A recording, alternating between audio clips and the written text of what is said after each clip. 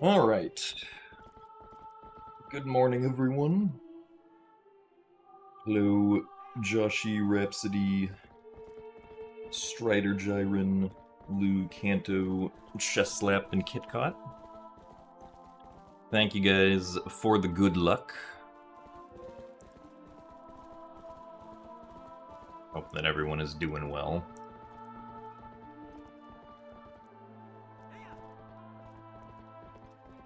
Thanks for the good luck, Kite 2010. So today, we actually have time to do runs. Yippee! I don't have to be somewhere in like 3.5 hours.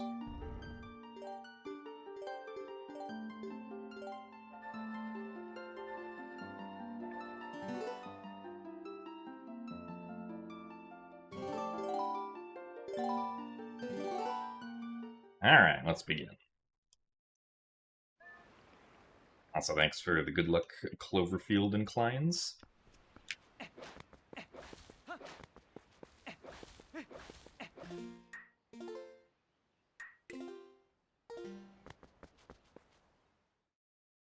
Thanks for the good luck as well, Brandino and Bloobs.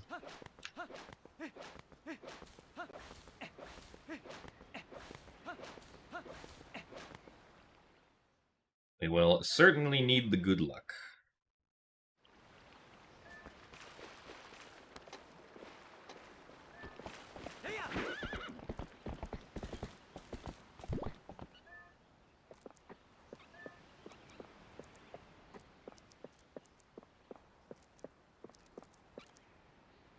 I don't know if I actually got all the way into the...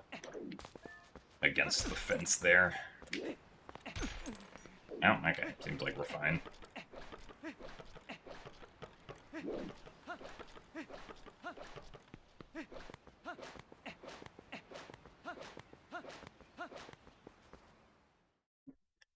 So thanks for the good luck, Chitose-chamu.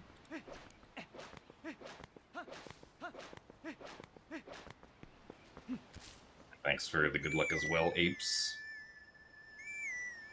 AXZ Stress. Welcome to an attempt that had a good gate clip time.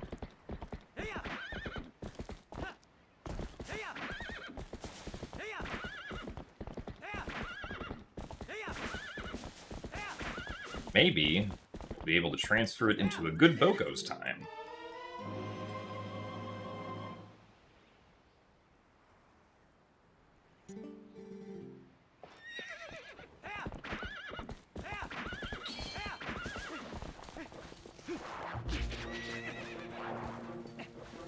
Doesn't help if the Baba hits us there and knocks us off the rolling cadence.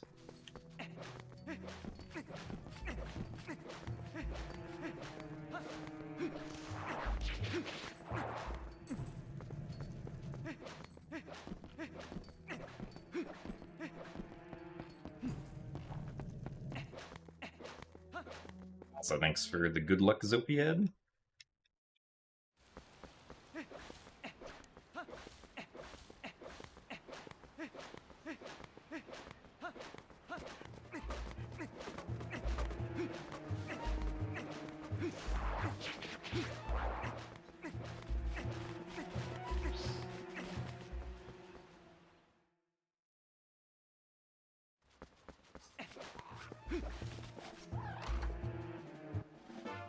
So, morning video.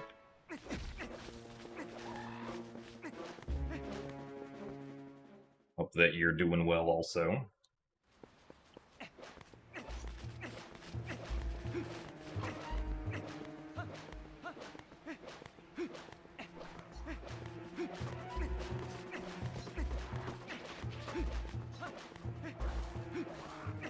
Looking forward to AGDQ. Me too. Aside from how cold it'll be. That I'm not looking forward to. As someone who gets spoiled by Southern California weather. Gonna have to actually put on a jacket. But aside from that, sure, everything else will be good.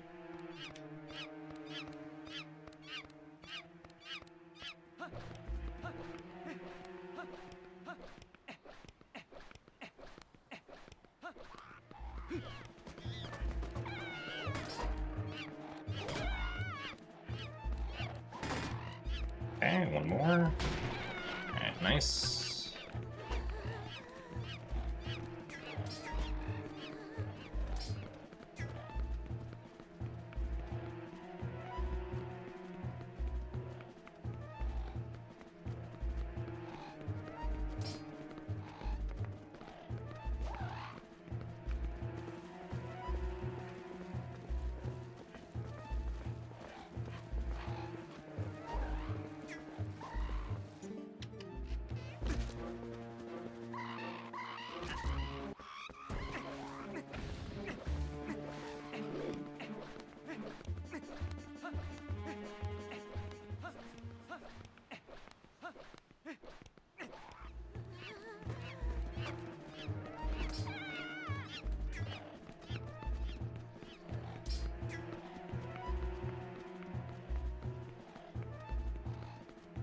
Oh, darn it. No, no, stop getting pushed further back.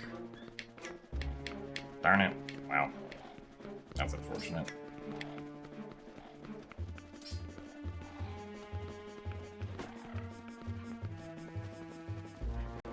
It sucks when they start moving back there, because then you can't even really get around them.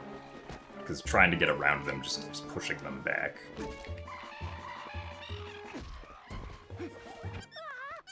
That would have been a really good best if that hadn't happened. Because we were only like a second or two off of best there.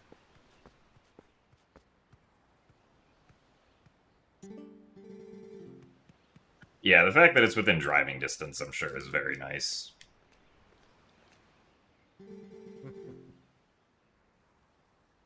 The only time GDQ has never been flying distance for me has been when GDQX happens at TwitchCon, since TwitchCon is in California.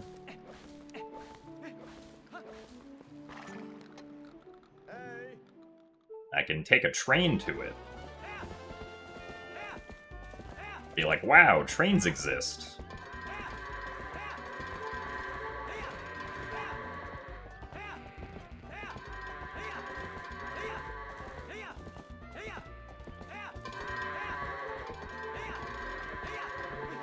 Very good ghost, though. Happily take 18 seconds.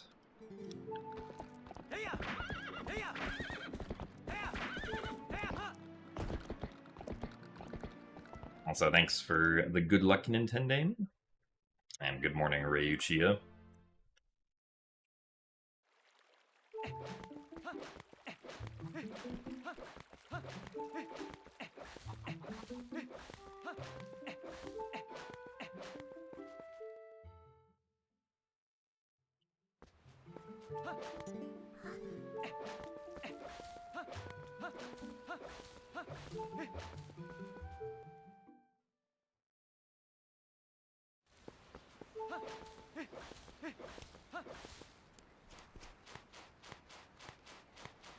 Yeah, it's...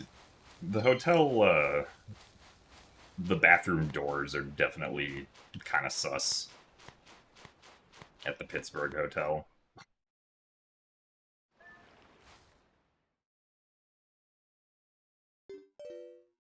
It also does kind of suck how, like, parking-wise, you have to park at a garage that's, like, 2 blocks away from the hotel.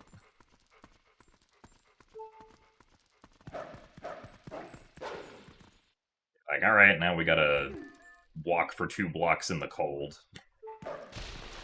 Nice.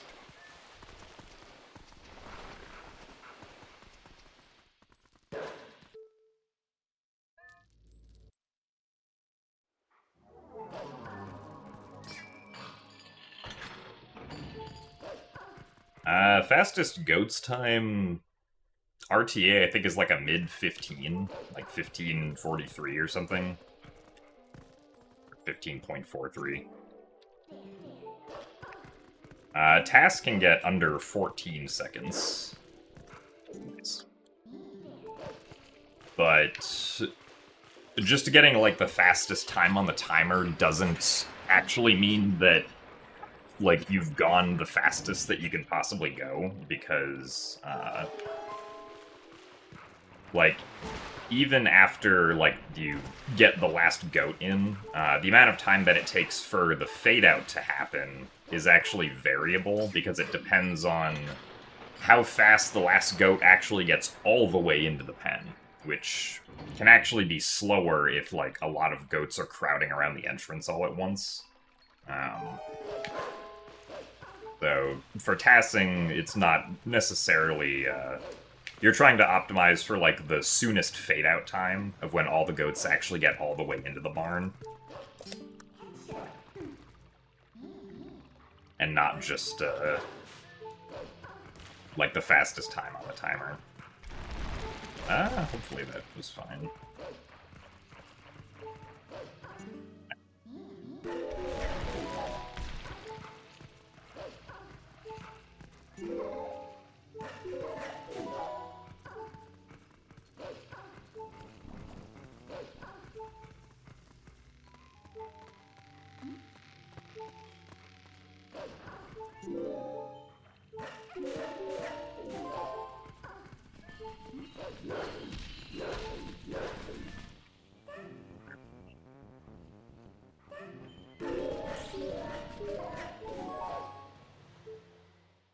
Not a great jump attack angle there.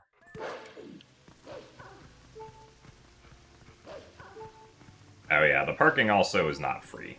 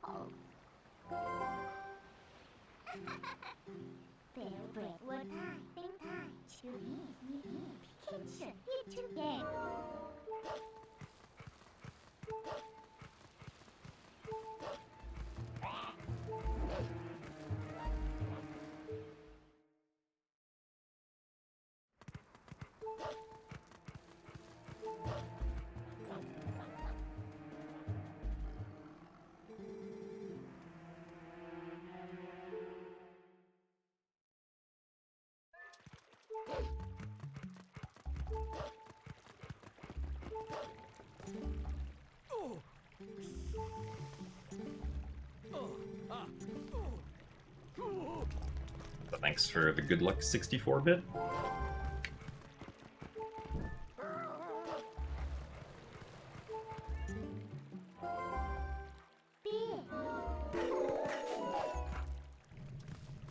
And thanks for the good luck as well, Formo and Nat.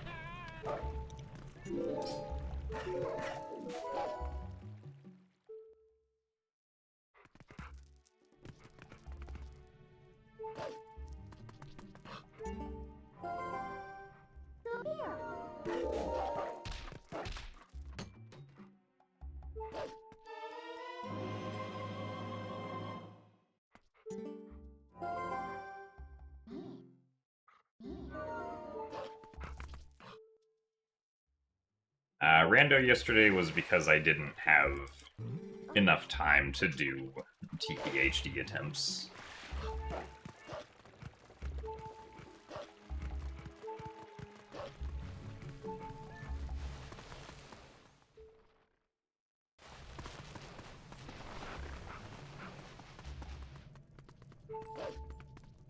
Come on. You pick up the sword, not just stand next to it.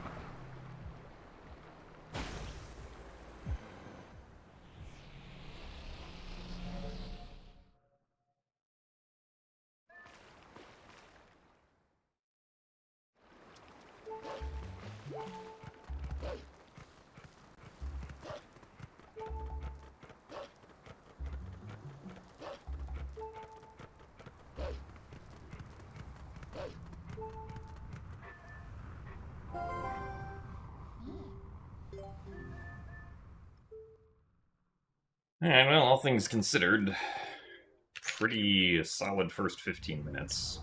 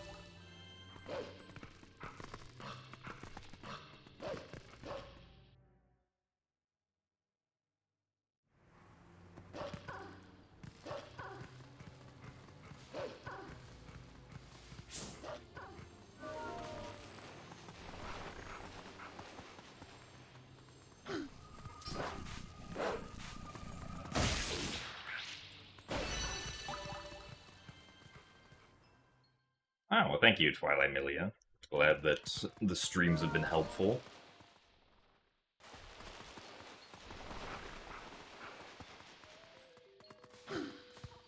And congrats on finishing high school a year early. That does sound like a lot of work.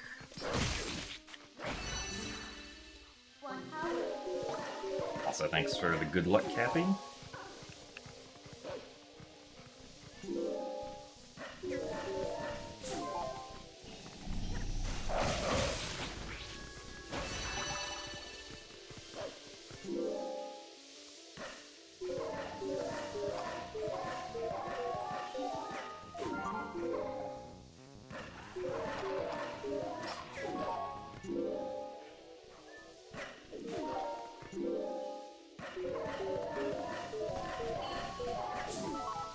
Section of the speedrun do I find the most satisfying?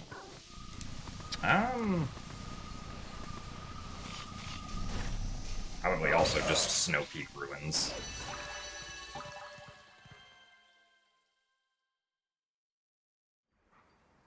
But there's quite a lot of portions of the run that I would say are generally satisfying.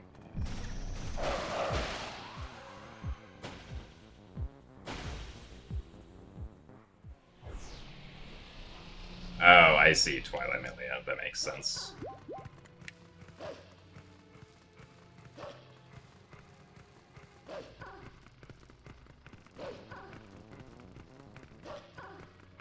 So thanks for the good luck, Venix Div. Thanks for the good luck as well, Makuya.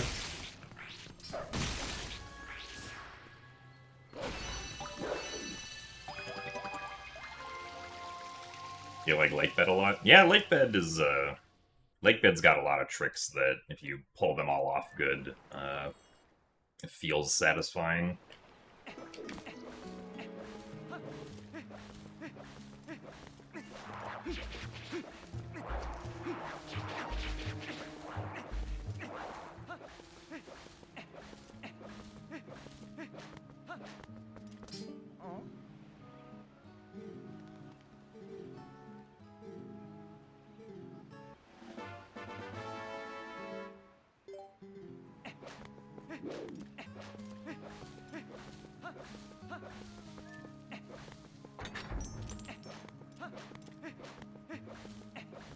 Reason we didn't get good speed on those rolls.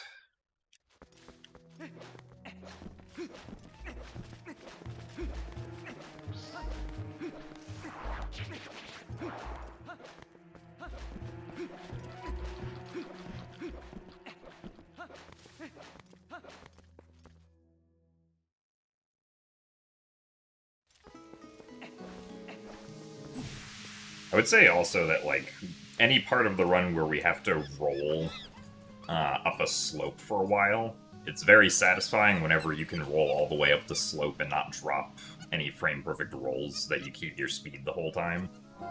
That's always satisfying.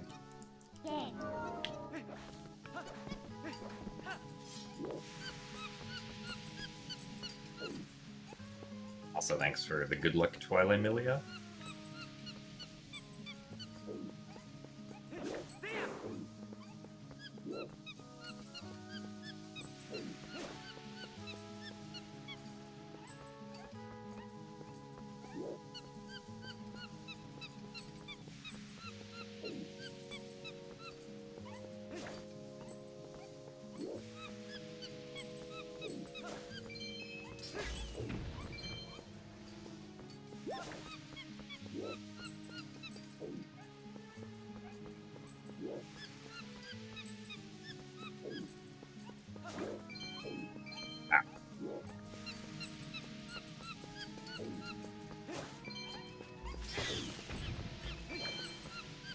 Not surprising that... did that. Oh, actually, this might have been... that might have been a good opportunity to pick up that blue rupee and get the cutscene.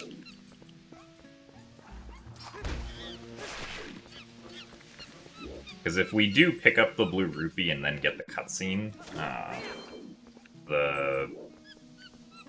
don't know what the... like, not the timer, but, like, the monkey's path distance gets reset, and the monkey will just keep on walking. Even if it should have stopped.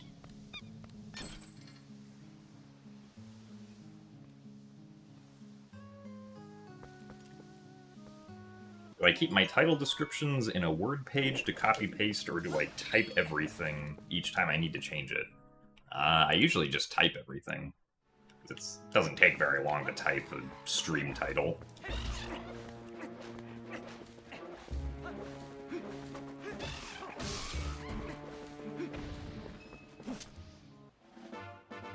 The stream title usually also isn't changing very much, since I tend to generally be doing the same thing for at least a few weeks in a row for my streams. Unless it gets interrupted with, like, a randomizer match or something. Which I guess is actually going to happen tomorrow, so...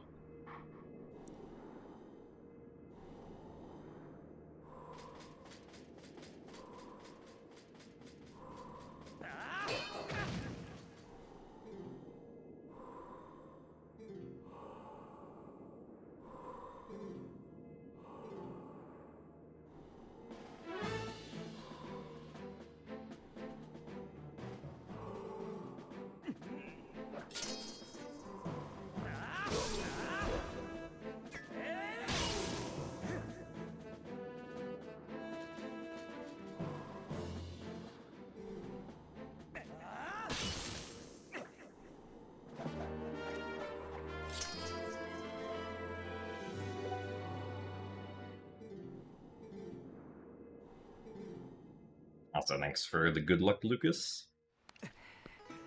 Also, yes, we did steal from Trill.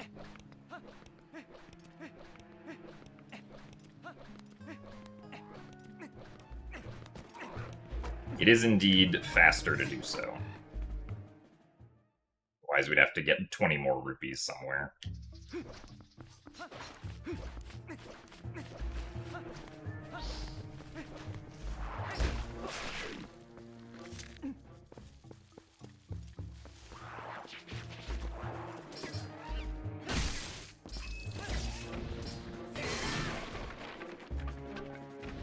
You missed the rando yesterday, sad. Well, it is up on my, VODs channel on YouTube if you want to watch it. Gymnast86 VODs. Also, yay, our spider gamble paid off today. Also, thanks for the good luck, Photon.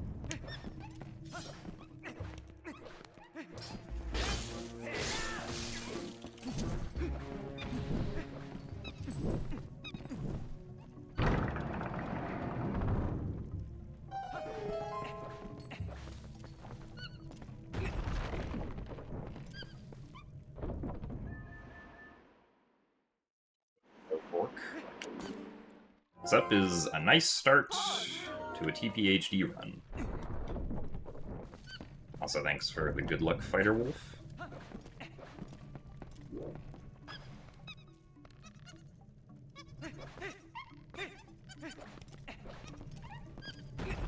And thanks for the good luck as well, Nahlis.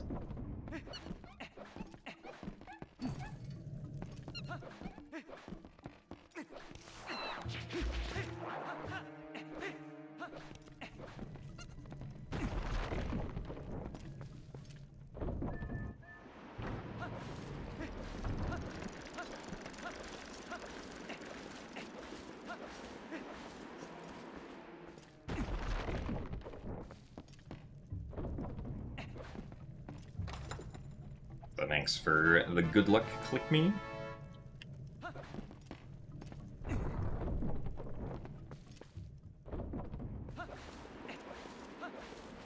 I have to pay him back in a casual playthrough.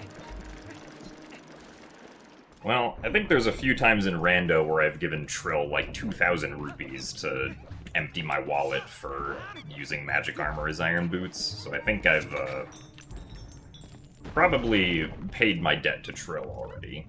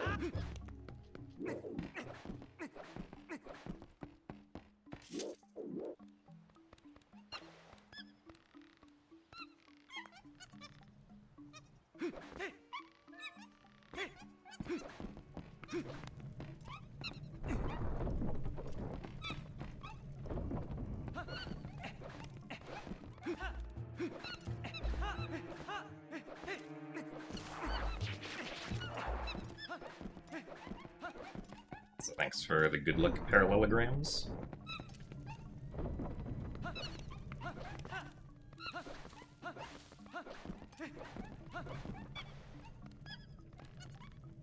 I think we'll get a new 3D Mario and a traditional Paper Mario.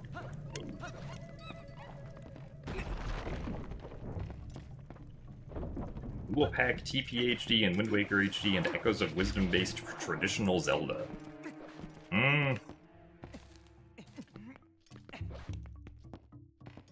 I don't know about the Mario ones, but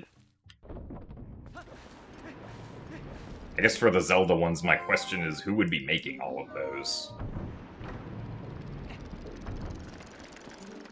Because, well, Grezzo did make Echoes of Wisdom. I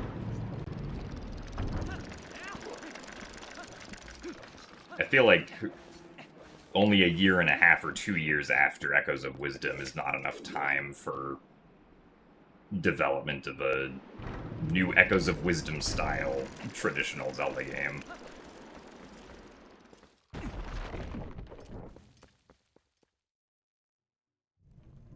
Like, as far as new Zelda games go next year, my prediction is essentially just one remake of something.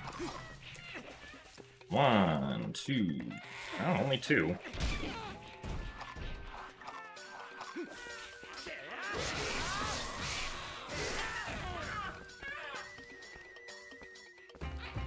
One, 2, 3... Oh, 2 and 3. Very good RNG.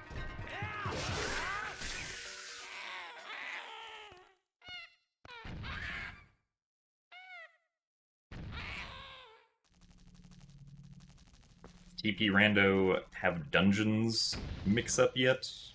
The dev build has dungeon entrance rando, yeah.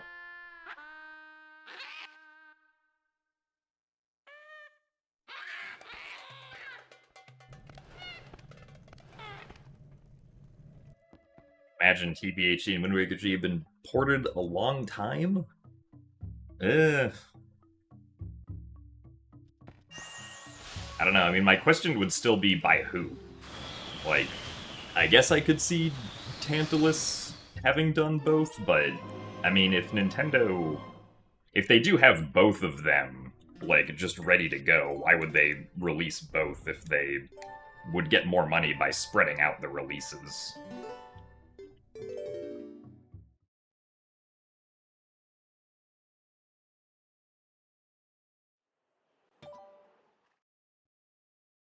You hate the Link's Awakening / Echoes of Wisdom engine so much.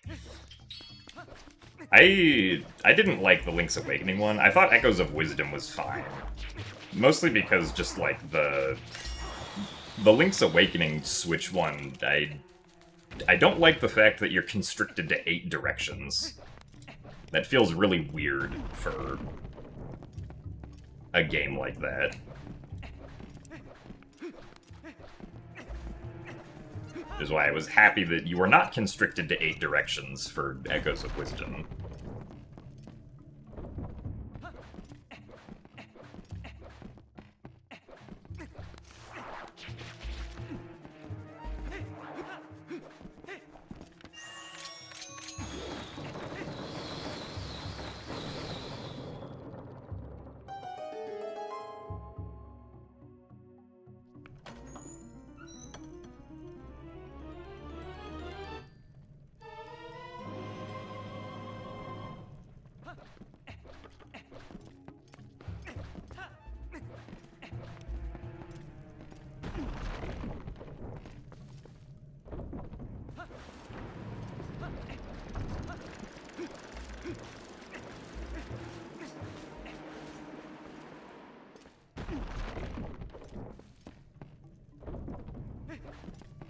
Yeah, I mean, Nintendo has done... Like, recently we got the sort of... Or no, I think it just was a 2-pack for Mario and Mario Galaxy 2, I'm pretty sure. Like, it's not something that's completely out of the question, but...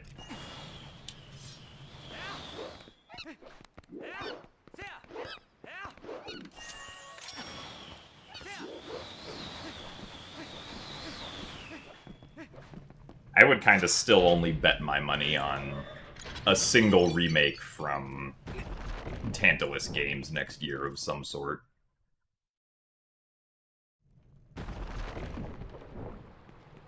Who is my favorite Pokemon? My favorite Pokemon is Lucario.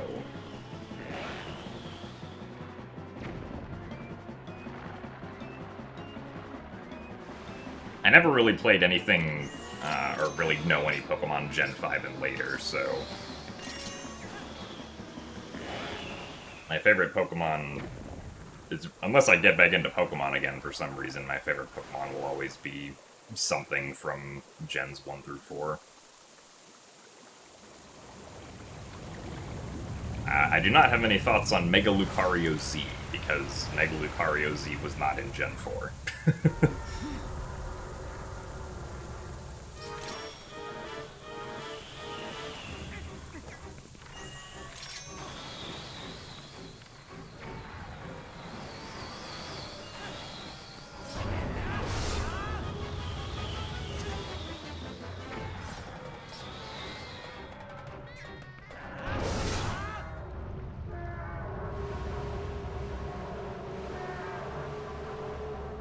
Yeah, so I wouldn't think that we're getting another 2D Zelda next year, because I would imagine that if we are getting another 2D Zelda, it would be from Grezzo, and they would probably want more than 2 years for total development time of it.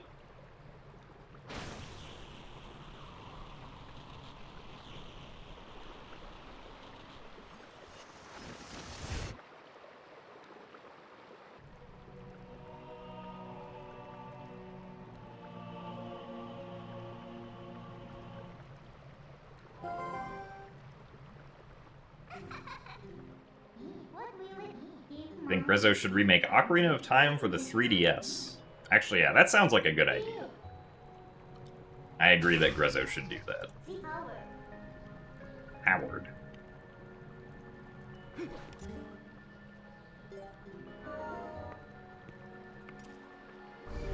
Zelda 2 remake. I mean, yeah, that would be funny. I don't know if that would sell particularly well.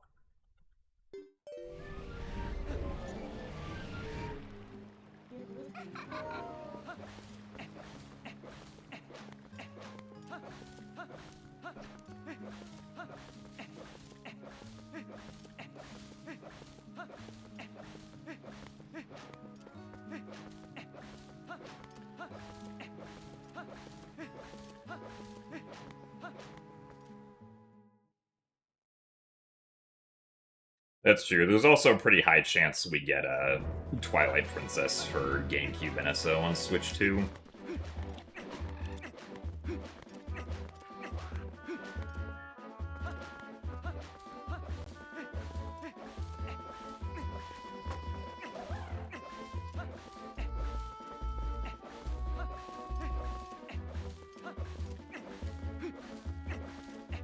I mean, they did add Luigi's Mansion to GameCube NSO for Halloween.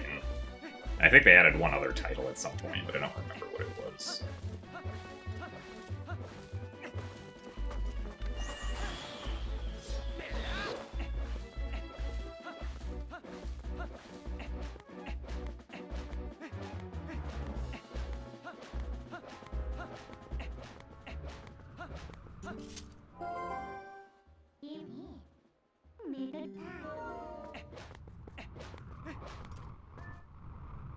Oh, that's right, Mario Strikers and Chibi Robo.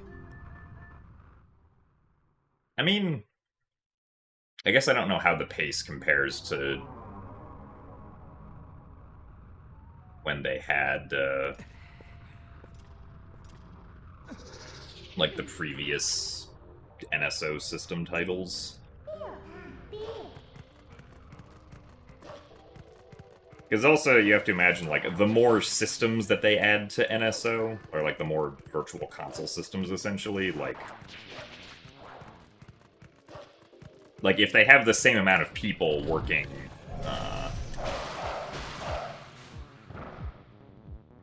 you know, on all of the NSO stuff, then you can only get out so many titles at a time, right? Especially since, like, the GameCube NSO emulator is probably more complex than any of the other ones.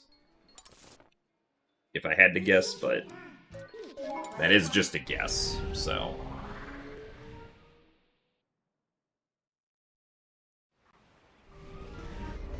Also, thanks for the good luck, French Fry Apocalypse.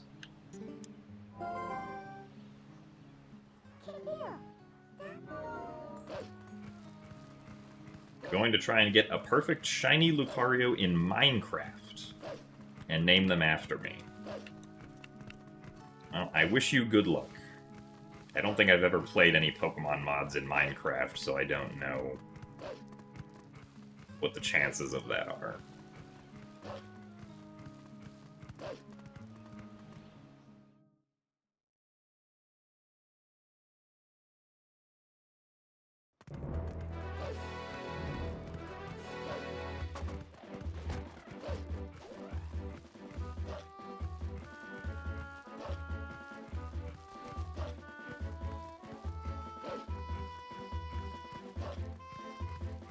You named your Breath of the Wild horse after me because it was fast, and I am fast in Zelda games. Nice. Glad I could infiltrate your Breath of the Wild playthrough.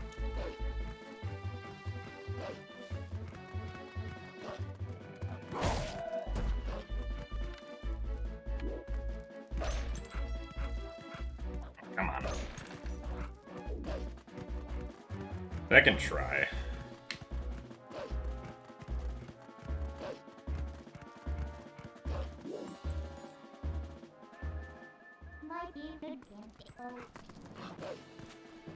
Really? Okay, fall down, come on. Jump over. That's dumb.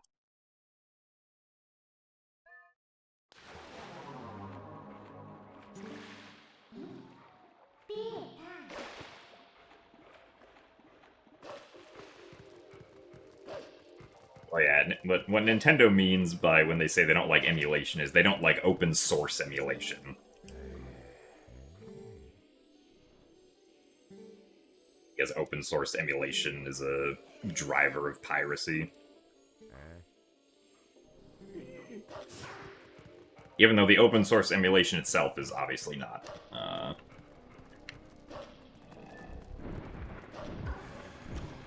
Illegal. As long as it doesn't use, like, you know... like official SDK or proprietary code or anything.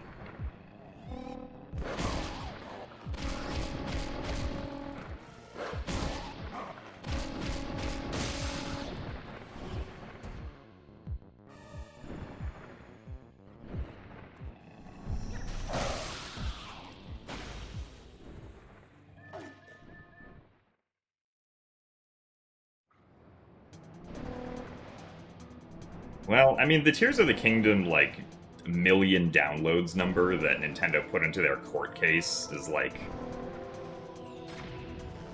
I'm sure the insinuation they wanted to give is that they lost, you know, 1 million copies in sales, but, like, I feel like the reality is that that's absolutely not the case, right? Like, the people who potentially downloaded Tears of the Kingdom illegally, are not all people who would buy the game if, like, it was not an option to pirate it, right? And I feel like a substantial portion of those people would not buy the game if pirating it was not an option. Or, like, they could be people who just don't have the available funds to buy the game anyway and wouldn't have played it any other way, regardless.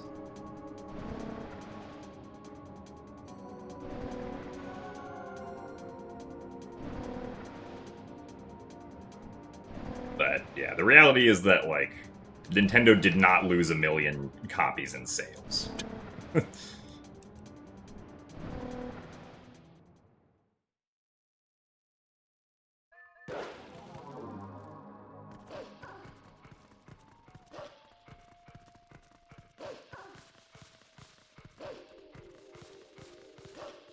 But, like, also on the flip side, right, there probably are definitely some people who would buy the game to play it if, you know, the option to pirate it was not there, right?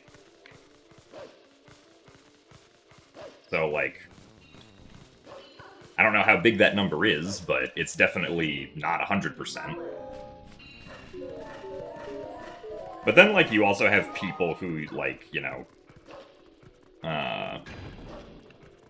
will both pirate the game and then also buy it anyway, and it's like, that's not really a lost sale at all.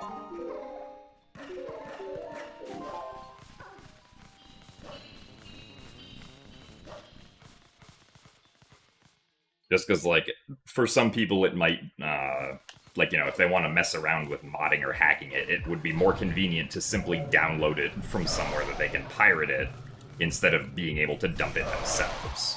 Because that's a more involved process than just clicking a link.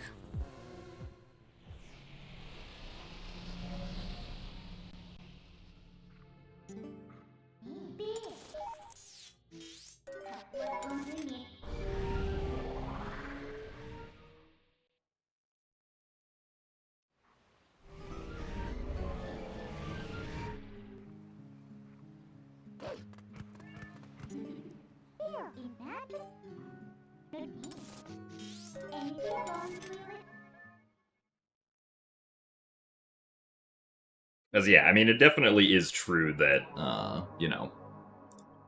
the developers and the artists deserve compensation for their work, right?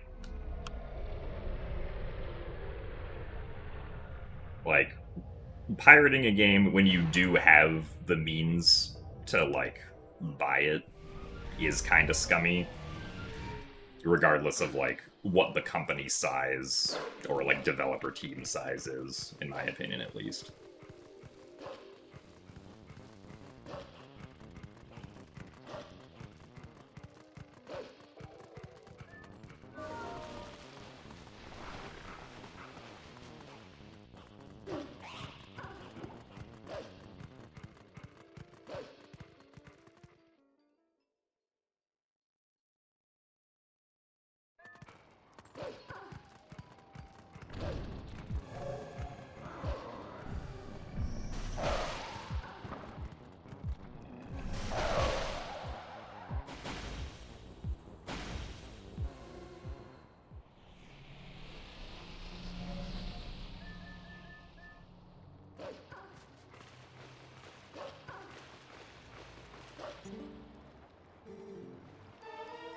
So yeah, lost time here because I didn't jump over the bridge correctly the first time.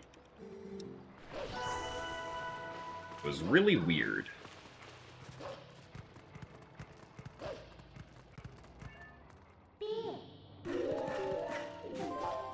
So thank you very much, Wraith, for the 52 months of Prime.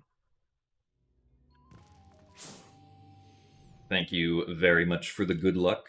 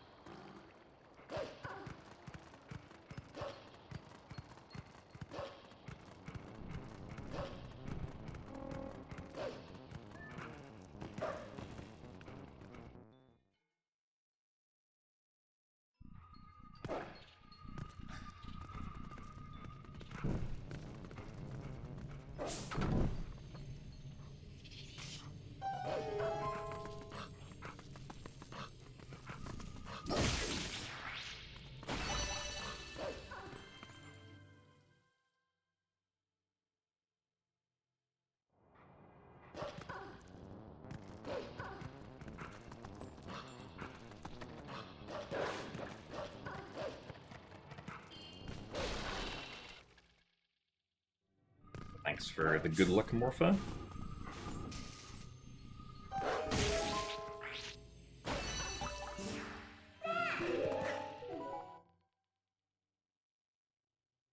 I mean, I don't think that Nintendo is going to ever make official modding a thing anytime soon.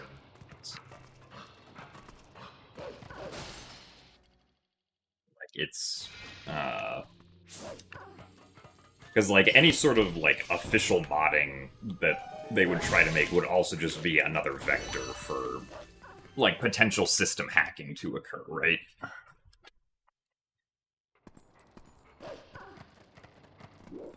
Which Nintendo obviously does not want.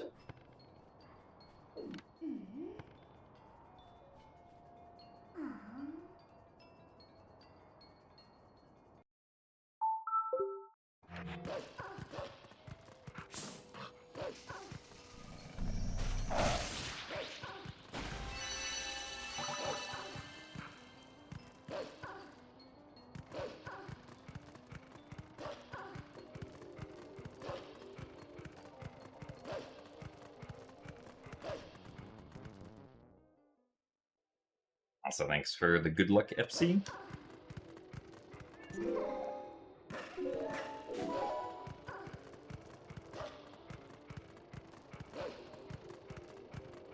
Why not me where it says world record? Well, so the world record text is just a plain text element on live split.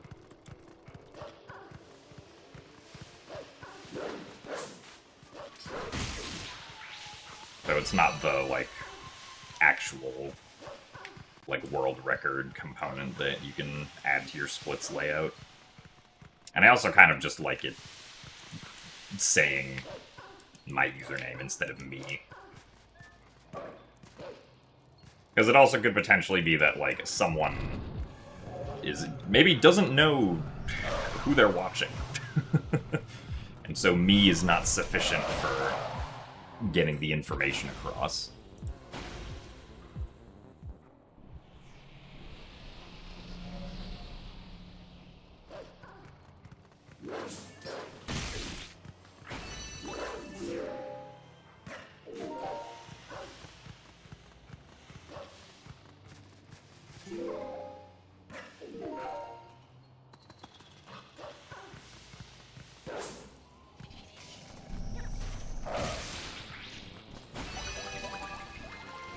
Pretty good Elden Twilight.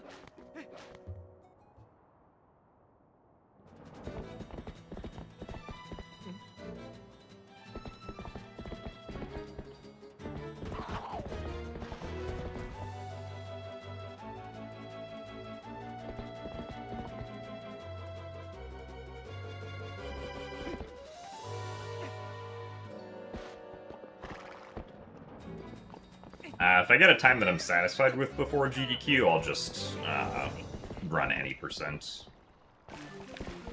instead of all dungeons.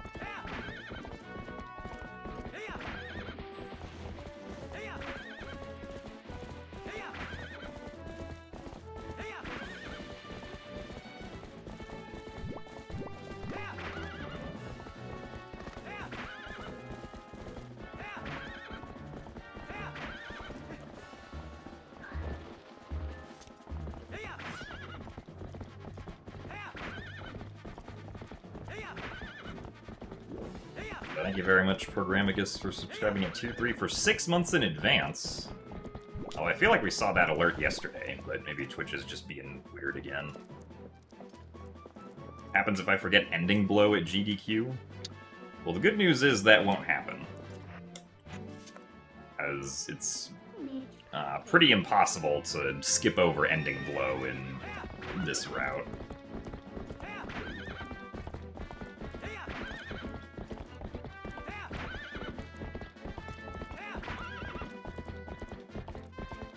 And thanks to Pogate's skip, if one did forget ending blow,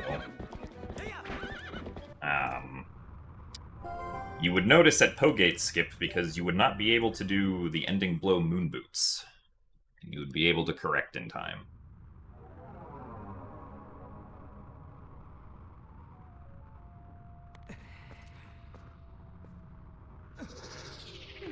Also, thanks for the good luck, Blizzard Blanc.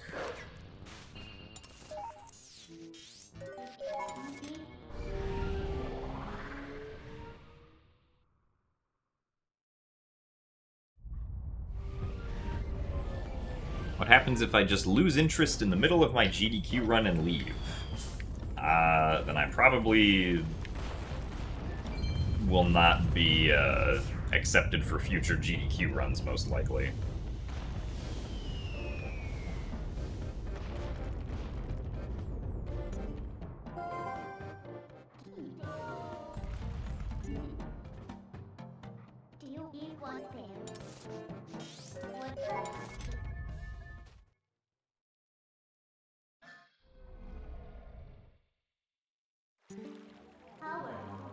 Howard.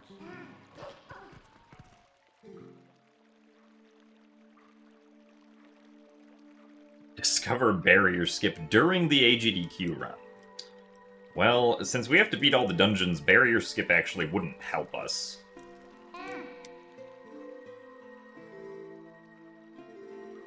So, yeah.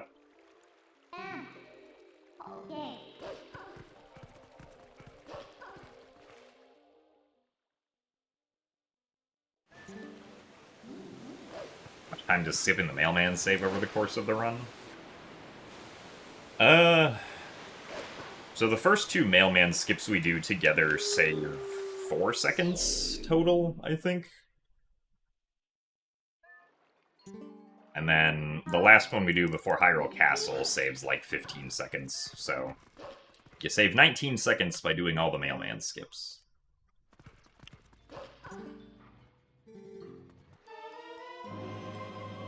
Also, nice best.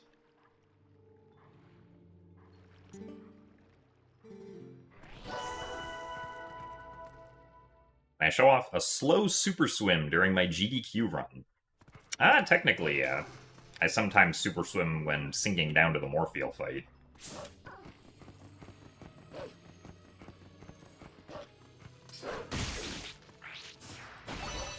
There's nothing else to do while sinking down to the Morpheal fight.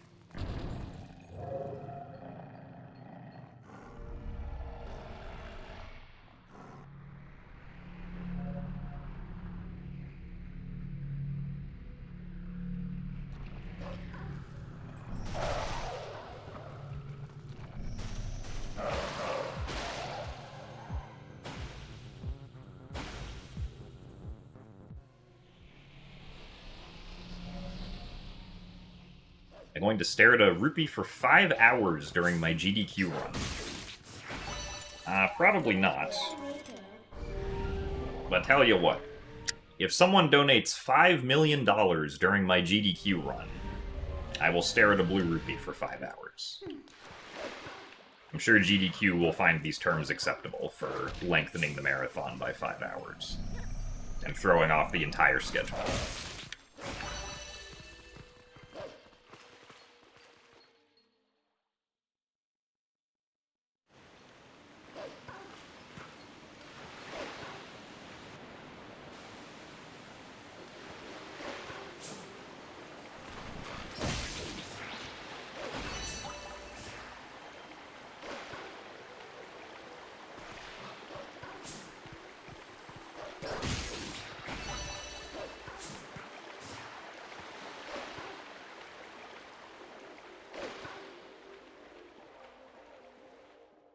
So thank you very much, Blood Isaac, for the 56 months of Prime.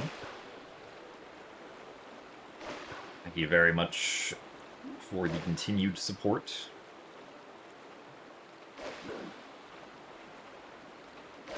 Glad you've been enjoying the streams where we sometimes go fast.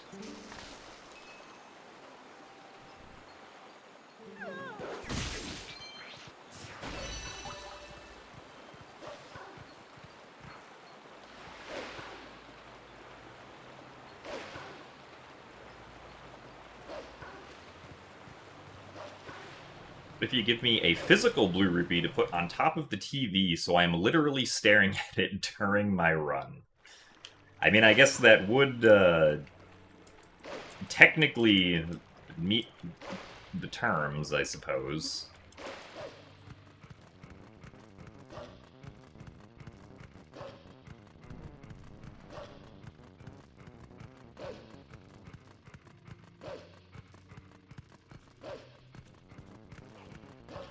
Joke's on me. You just inherited $10 million and are waiting to cause chaos.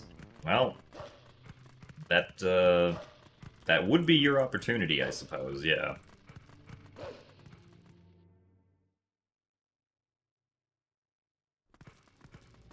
You love living in the South because people freak out and close everything over 3 inches of snow.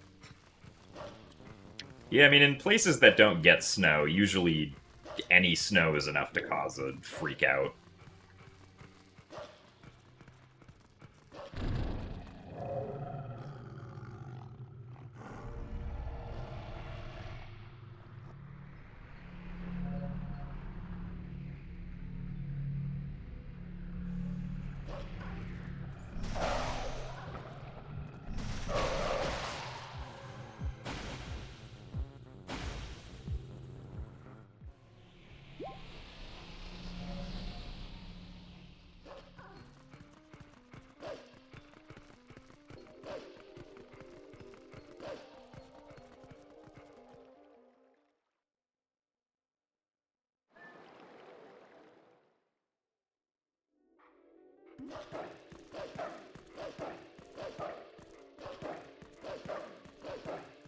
Down over 1 inch of snow.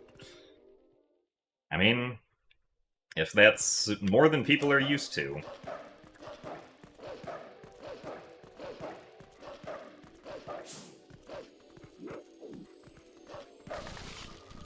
Ah, darn it. God, I'm lucky with this bug.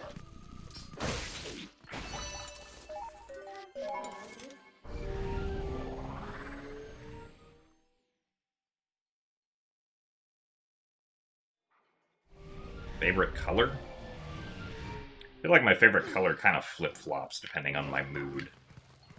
Or I guess the context. It's usually either red or blue.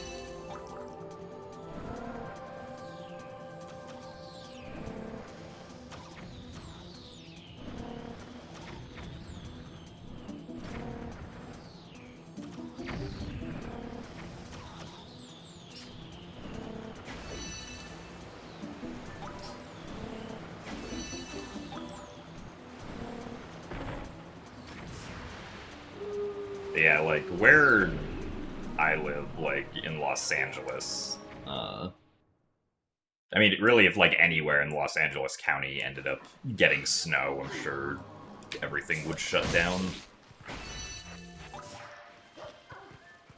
It's time.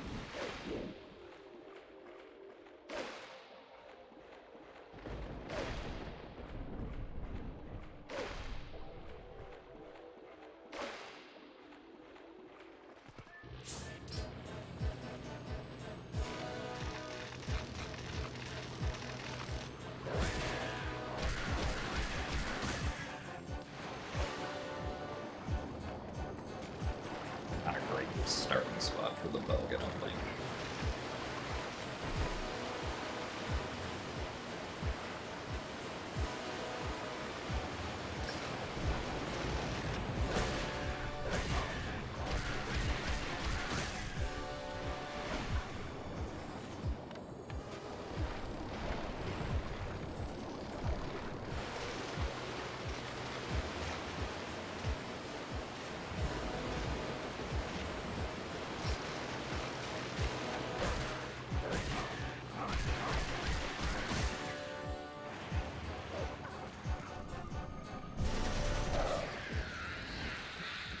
Surprisingly, it's not as bad as I thought it would be. I guess the only real mistake is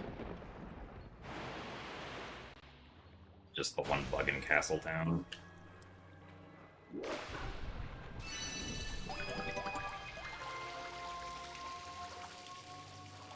Still a really good start to the run so far, though.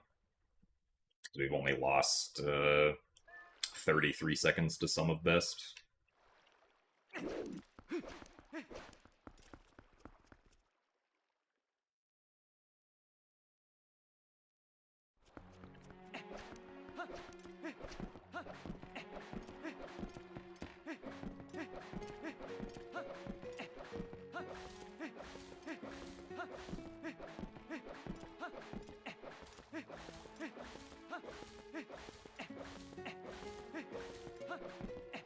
Well, yeah, I mean, the reality is that, like, in places that don't get snow, or don't expect to get snow, like, the infrastructure to actually deal with the snow does not exist. So, it makes sense that, like, things might shut down if there's only, like, an inch or two of snow. If you, like, if people aren't used to, like, clearing out the snow at all.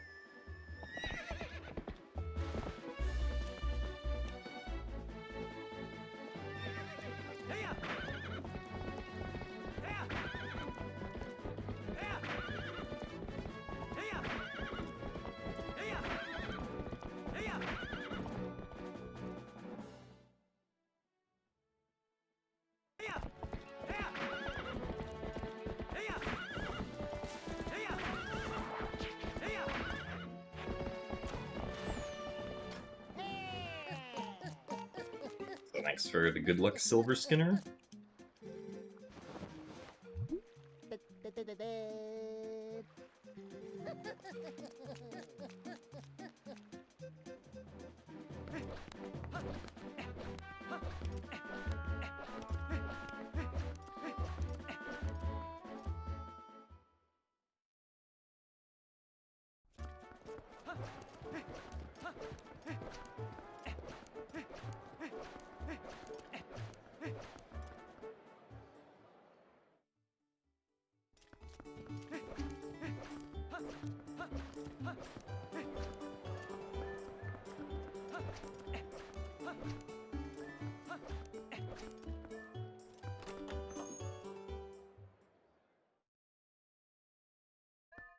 Been a lot of ice because it's gone from warm to cold to warm to cold.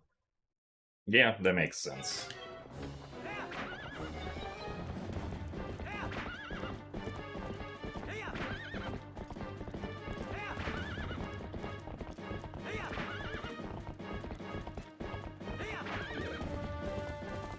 I didn't space out those dashes correctly. Oh well.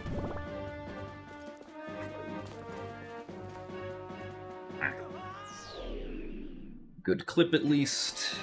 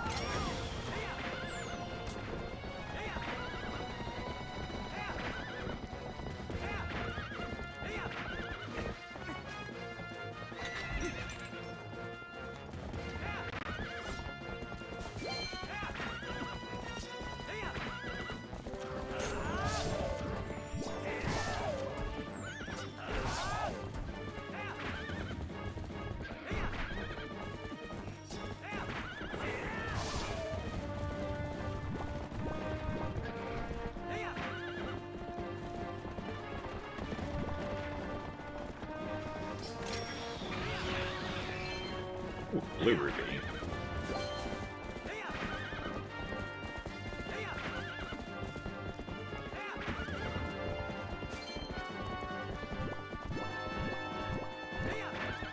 How generous of the RNG.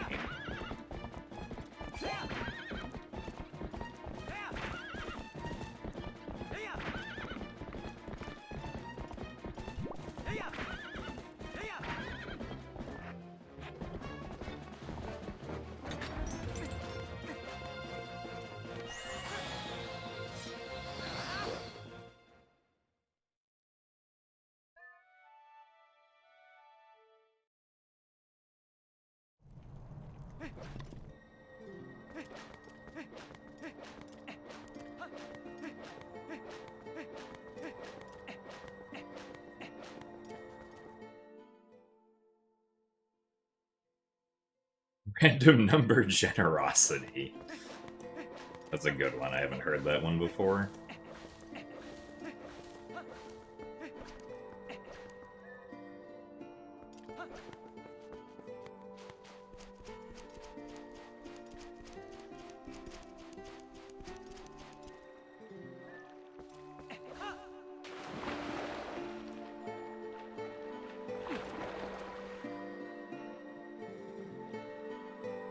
I don't know, opponent sliding works on GameCube and Wii also. It's just much easier to do in HD because you can buffer it. So you don't have to worry about frame perfectly letting go of R while then pressing A the next frame.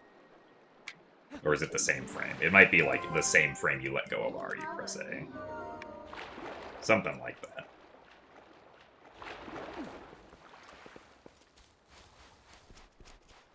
What's my favorite glitch or strat? In this game... I mean, generally I think in this game, long jump attacking is my favorite glitch, as it is fun to do, and has many uses.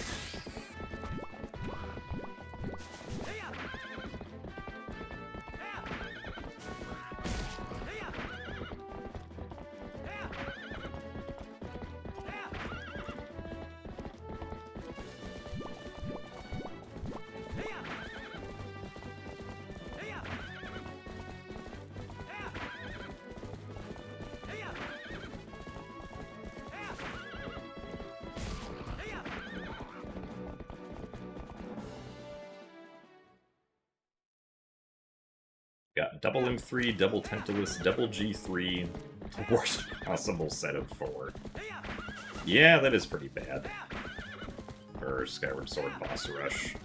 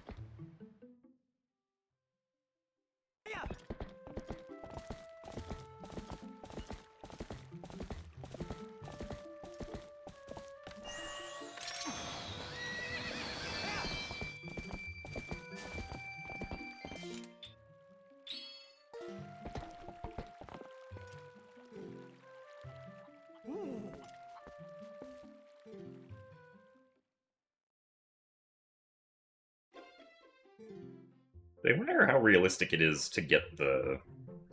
or to maybe boomerang the 2 rupees that are up in the tree.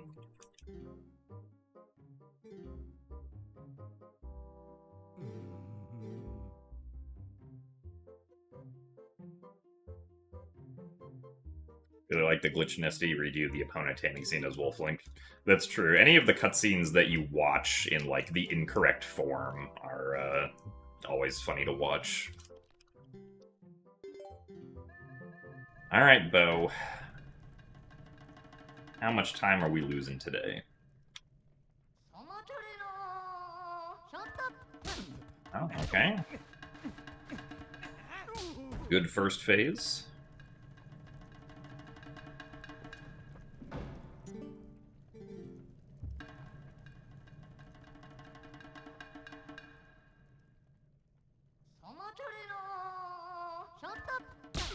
One slap. Two slap. Okay. Only 2 slaps of time loss. On this pace, I will absolutely accept that. Does Link have a beard? No, Link actually has a chin strap. Because if you go into the Iron Boots wrestling wearing the Zora armor, the game, like, you know, switches Link over to the, like, shirtless outfit, but if you have Zora armor on, it doesn't modify, like, the polygons under his chin, so you still have the Zora armor outfit, specifically on Link's chin. Because of that.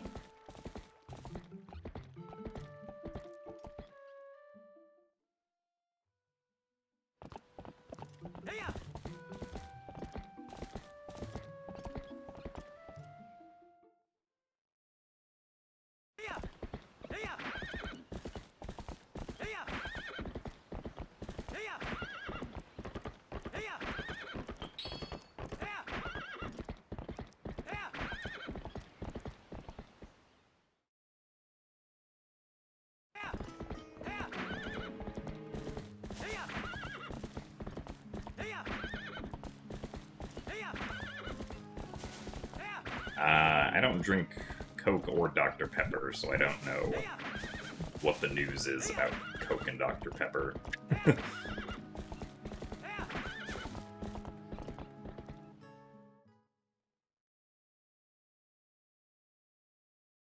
Next Zelda game, Link should have a beard.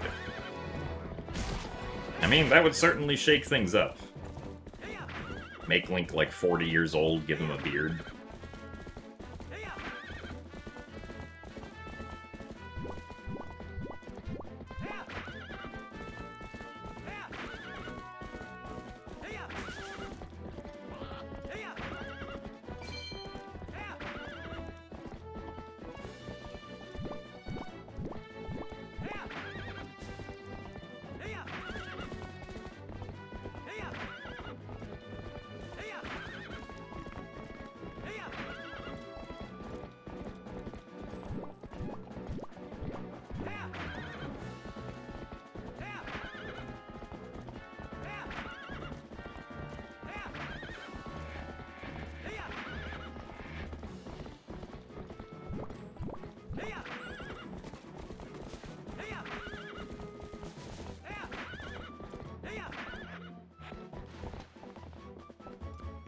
Oh, that was a good opponent slide.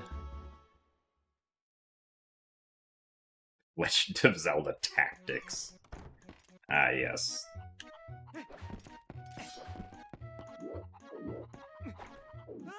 Kind of surprised that clip worked. It looked like it was too far right. But we'll take it.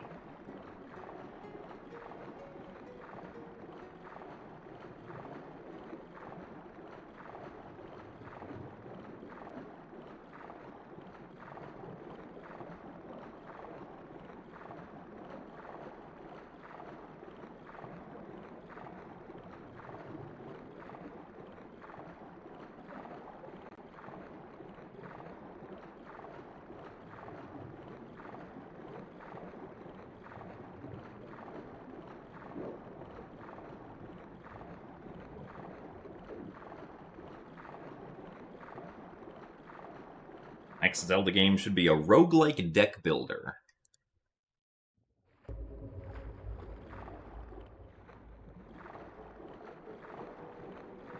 That would also certainly shake things up, but I don't imagine most people would be very open to the idea.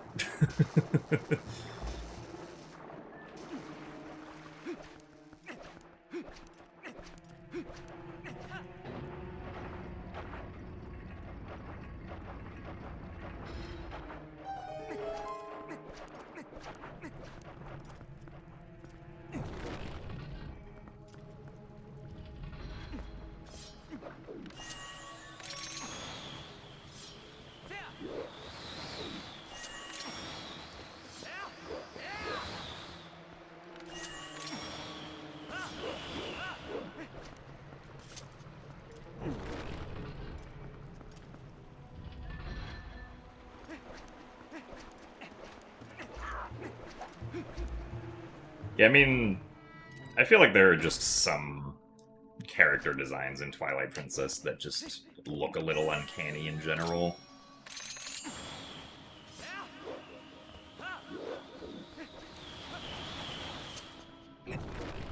Just because of, like, the game's general art style.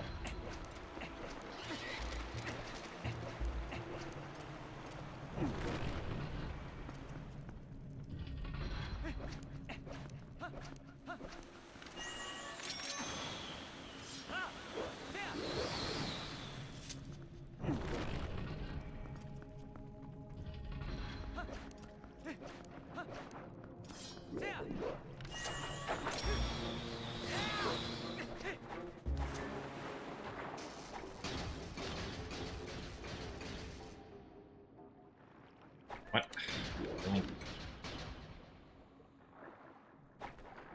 That failed. I feel like every time I try to use gyro for that trick, it doesn't go well for some reason. Or, like, always end up getting pushed back.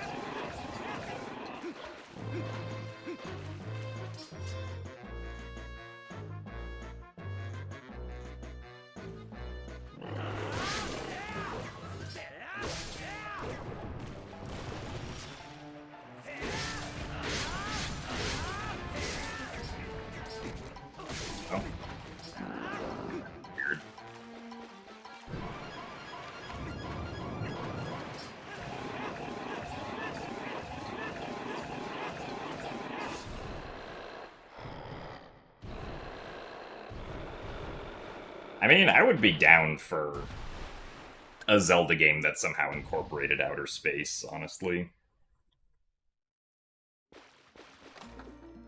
Just because I am an enjoyer of space things, generally.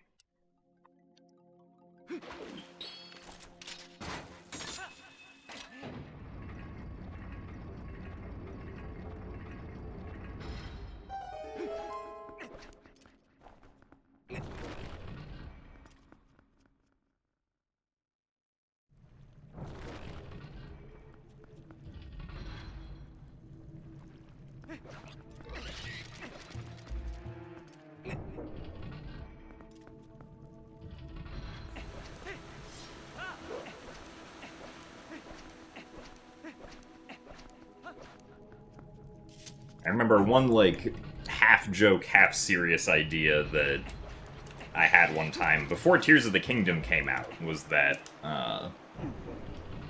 Actually, let me do this trick first before I detail it. I'd rather not fail the boss key skip if possible.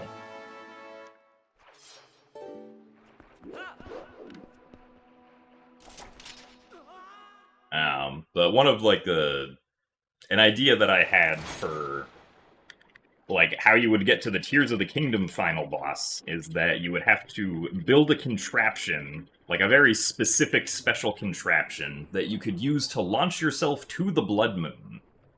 And then you would fight Ganondorf on the Blood Moon. and that would be the final boss. Obviously, that didn't happen, but I thought that would have been neat.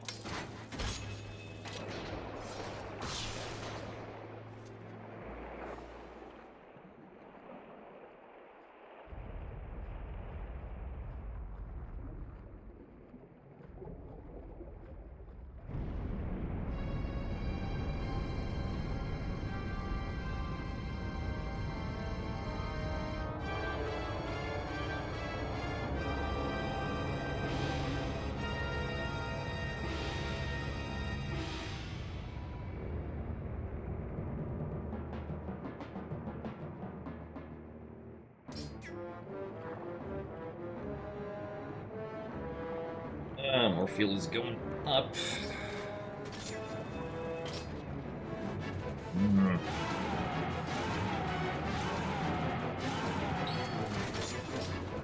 How did the claw shot actually grab that? I am shocked that worked. But we'll happily take it. We were so far below Morpheal.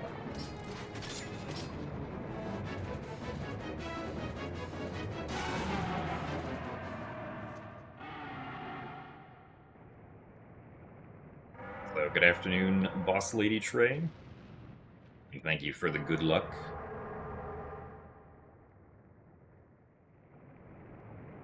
A game focused only within the Twilight realm. Yeah, I mean, that would be cool. For me personally, the, like, Twilight realm aesthetic isn't really for me, so... Like, a game like that, aesthetically and art style-wise, I probably wouldn't be too into, but would still probably be cool.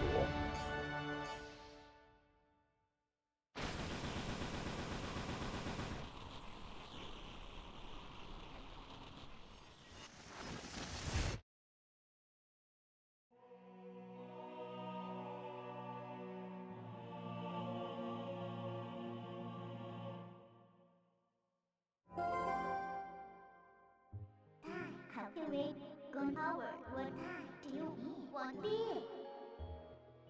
Much big.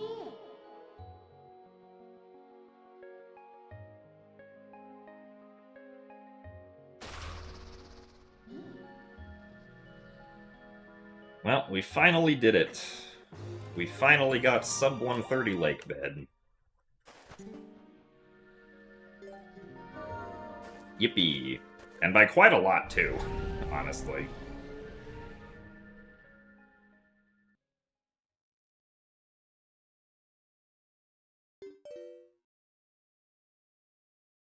Honestly, kind of wild how good this pace is for this far in the run.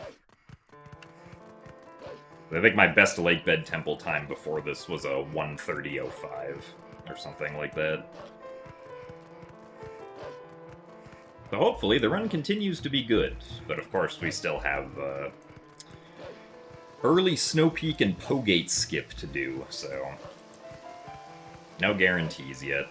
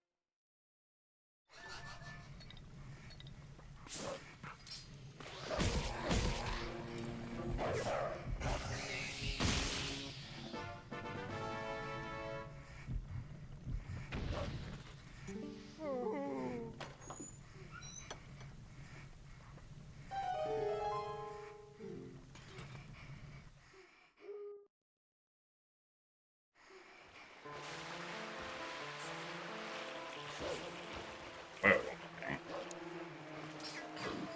Nice analog glitch.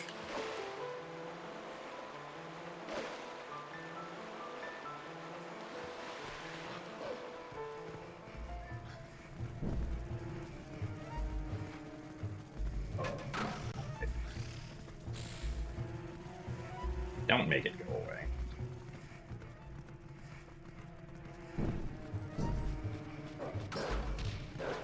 Oh, come on.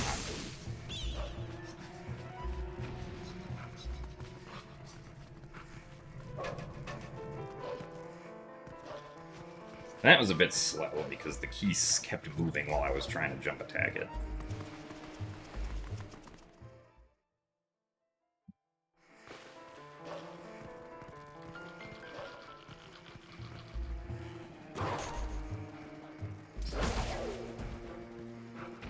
Nice.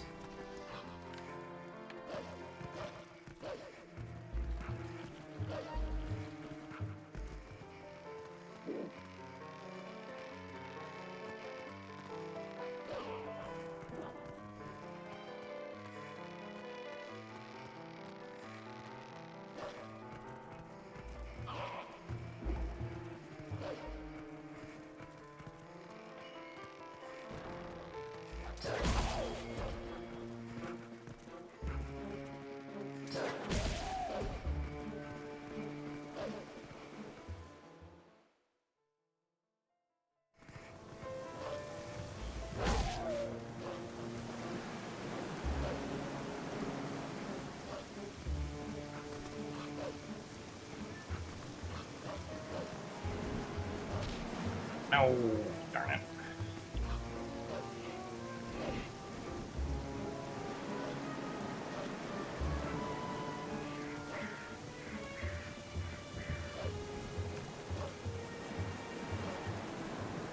Well, we're gonna lose at least a couple seconds on Master Sword now.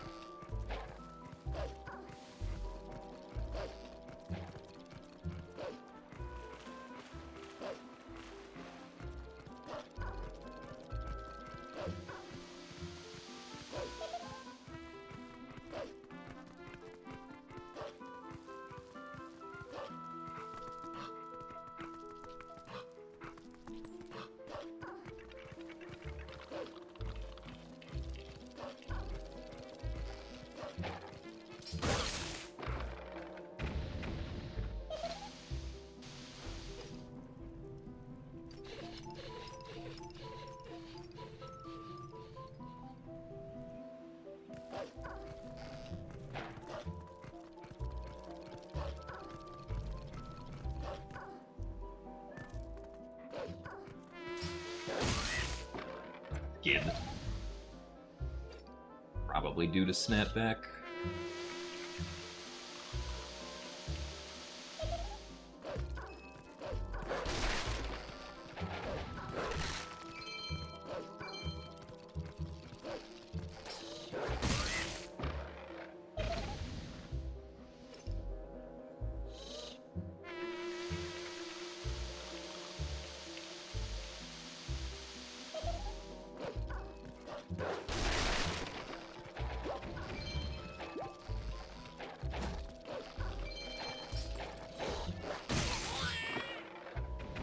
At least we got some rupees, though.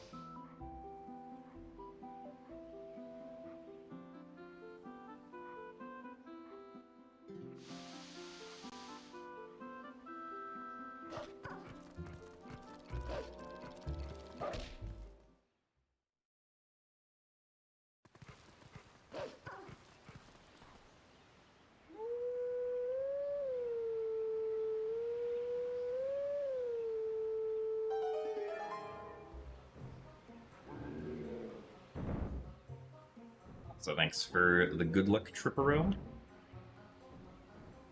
We actually have gotten, like, very good luck this speedrun so far. We had good goats, good bow, good forest temple spider, good ook. Relatively good Morpheal, considering what the start was. So... the RNG has been nice so far.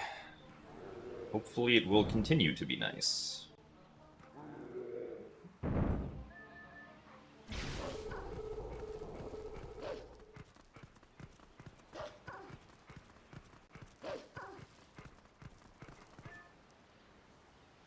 Yeah, unfortunately we lost time there because of some small mistakes and missing the bridge cycle.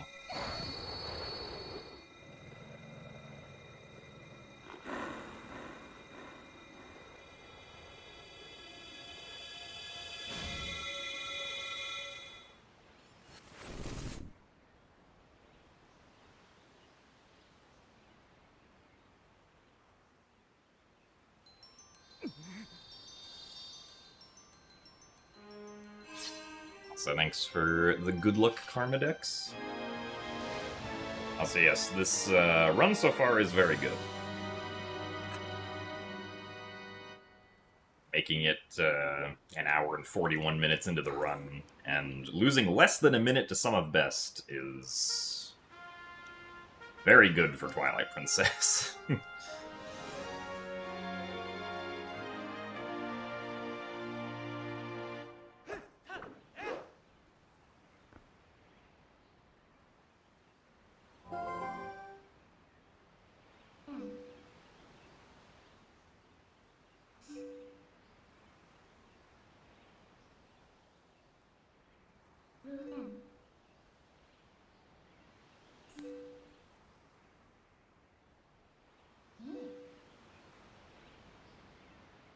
Take Howard. Howard. Kristen. West. Hargold.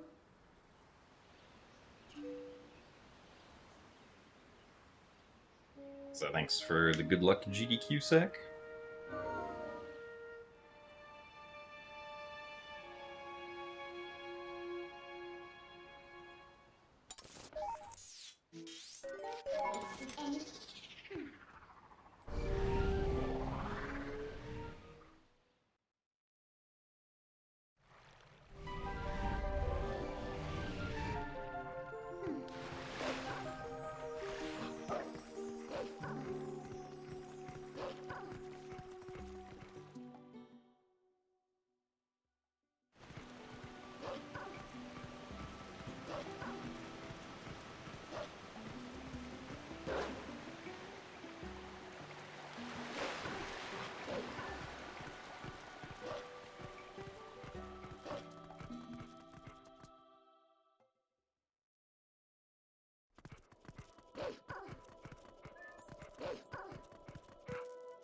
Now it is time for Stupid Trick.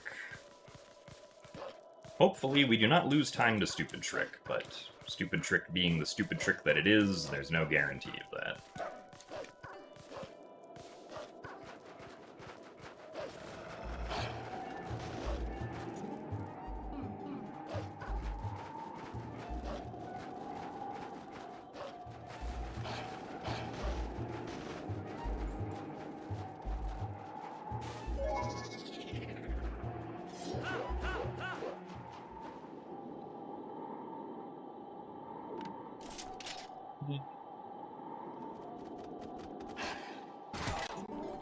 That was definitely too close if I had waited.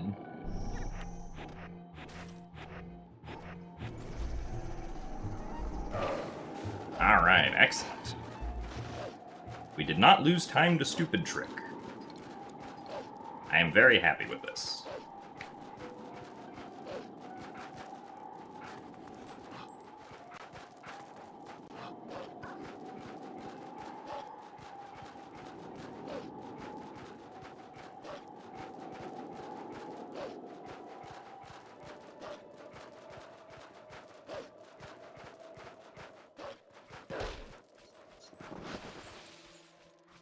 Also, thank you very much, Kuiper, for the raid. Ornan to you as well. I assume you were playing DK64 Rando, if I had to guess.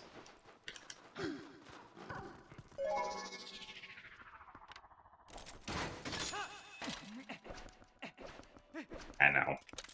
Who could have imagined?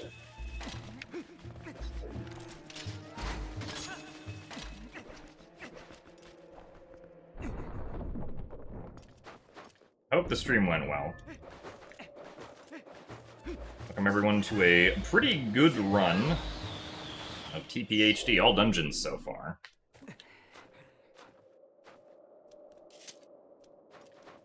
You're nicely ahead, and we got past the first run killer, which was early Snow Peak.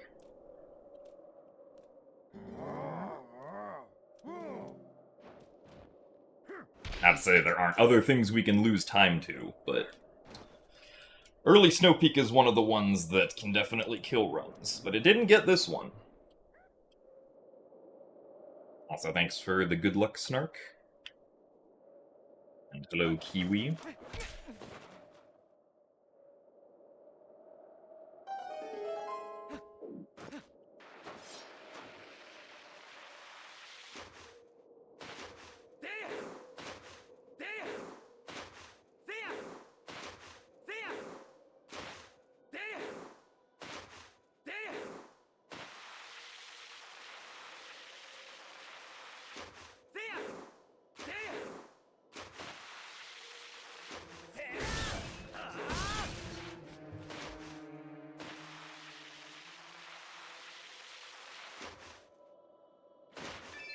Hey. Oh, never mind. I guess we're not getting the rupees. That's weird.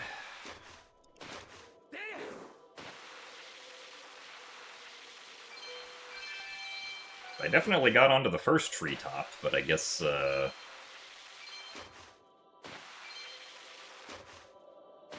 bounce that I got off of it was not great. And that is unfortunate. That's gonna lose us, like, 15 seconds or so. On a different split.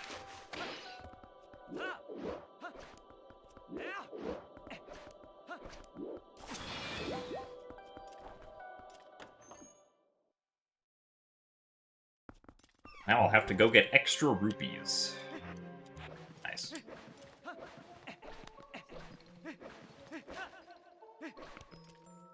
So thanks for the good luck, Ryan.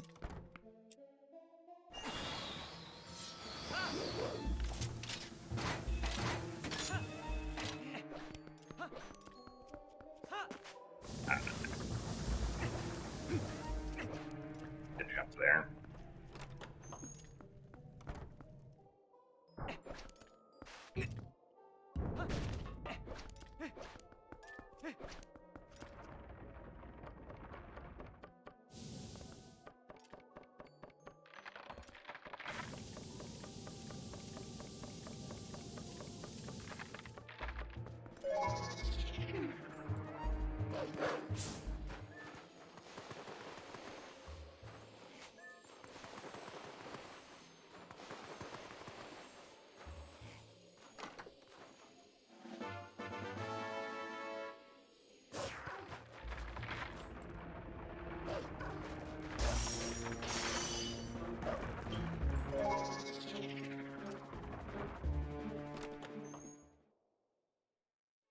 is that chest so hard to dig?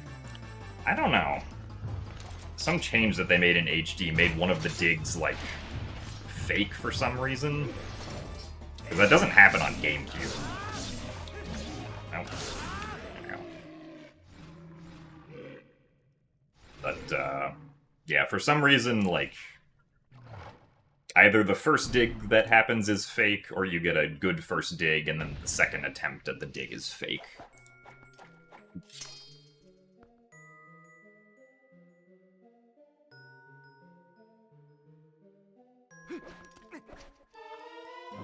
A nice vest. Is immediately going to be followed by not saving time on this segment, because I have to go out of my way for this orange rupee.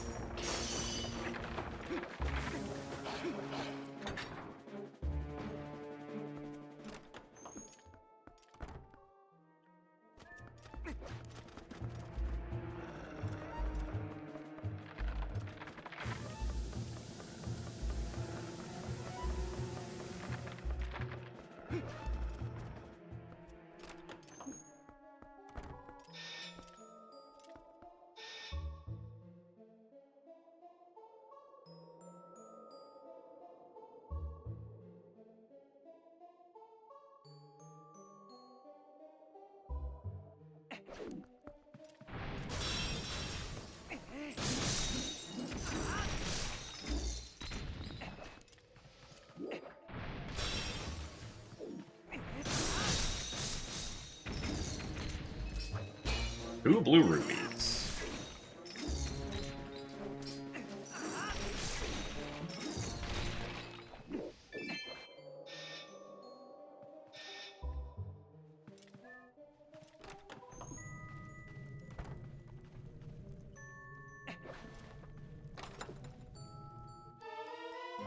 That other guy dropped a red rupee. I might go pick that up.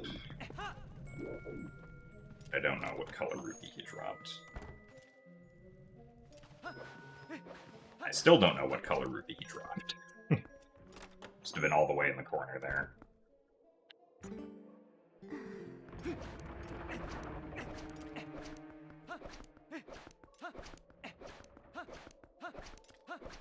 Yeah, I need 21 more rupees. Because we have to get up to 300. Which won't be an issue. The issue is that I missed the treetop rupees, so I had to go get the orange after the ball and chain. Which costs 20 seconds, but it does mean I don't have to go get a purple rupee later. Ow.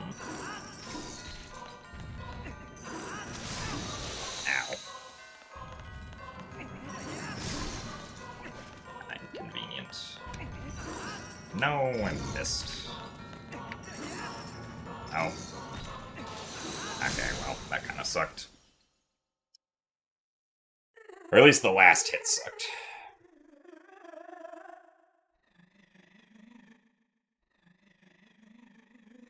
Well, yeah, I mean, like, you don't lose a ton of time for not getting the optimal rupees, right?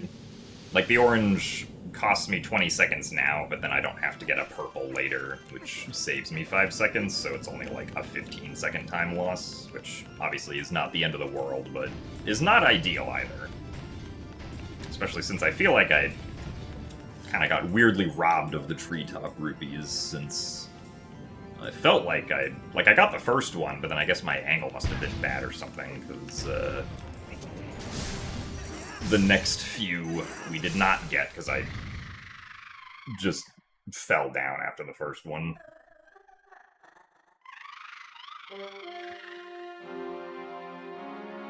Well, so in all dungeons, we don't get the 100 at the start of Snow Peak, because that would require us to go back into the dungeon after we beat it to get, which would be like a 20-second time loss. The reason that you get that one in any percent is because any percent save warps after ball and chain, so that orange rupee at the front of the dungeon is much more accessible without costing too much time.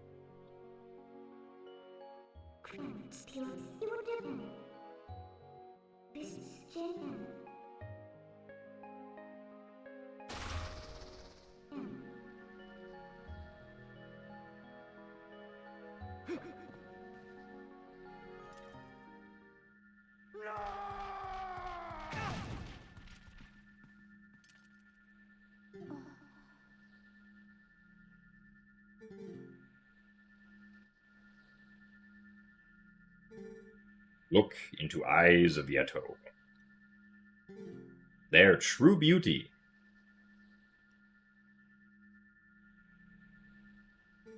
Who need mirror?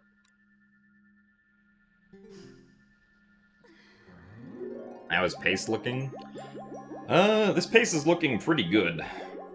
I'm pretty sure this is, like, generally the best pace I've ever had by, like, 50 seconds, yeah.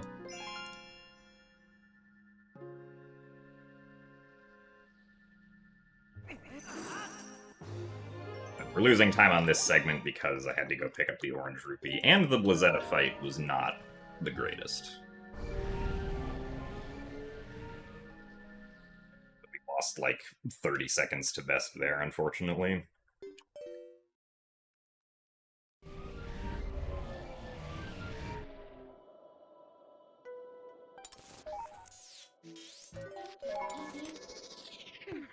But thanks for the good luck, SVB.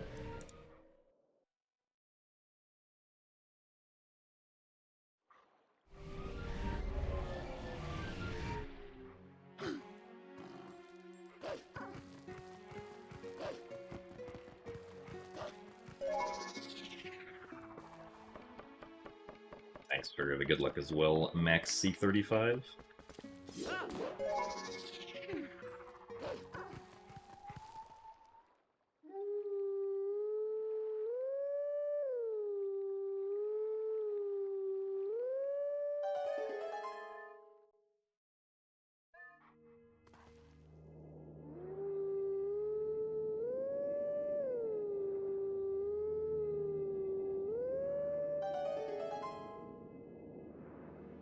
Did I enjoy the Mega Rando I did with Phil the other month?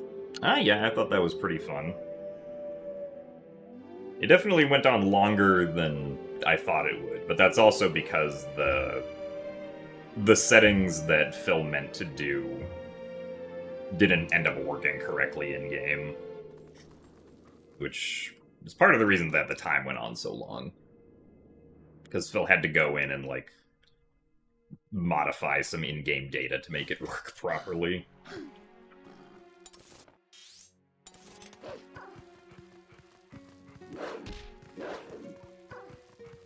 Camera change.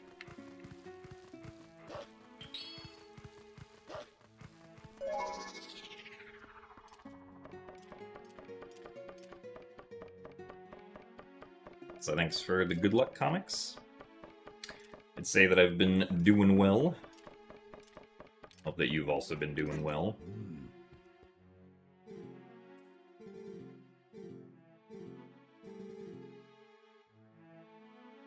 I'm excited for AGDQ in less than a month.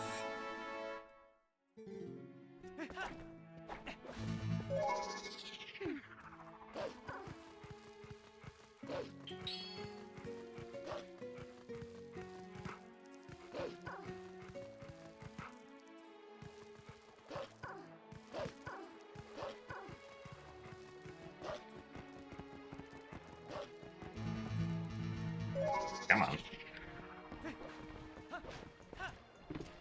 Nice jump.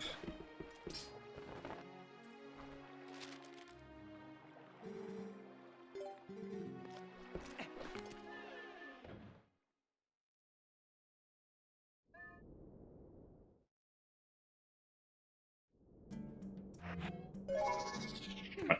Where did we turn around? Might have been more snapback doing.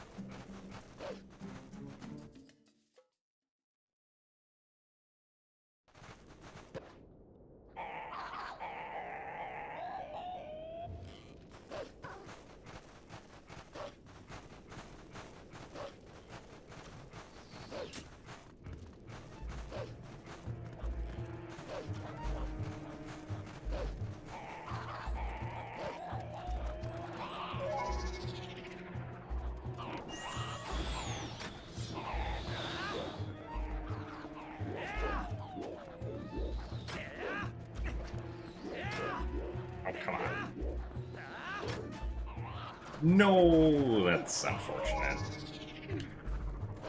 I was even trying to be careful and I still failed.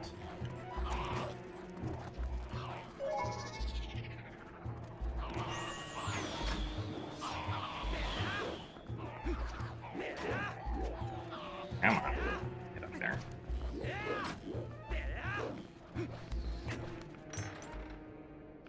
That sucks.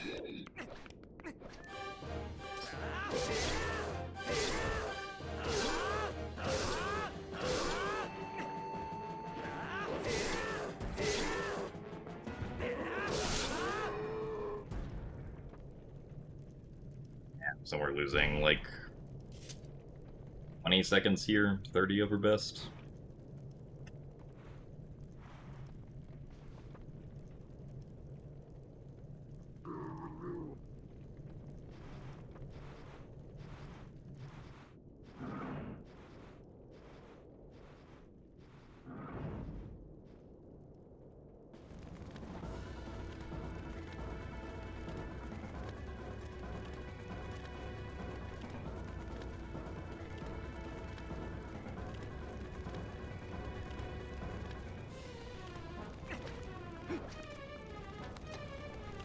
Been a while since I've accidentally jump attacked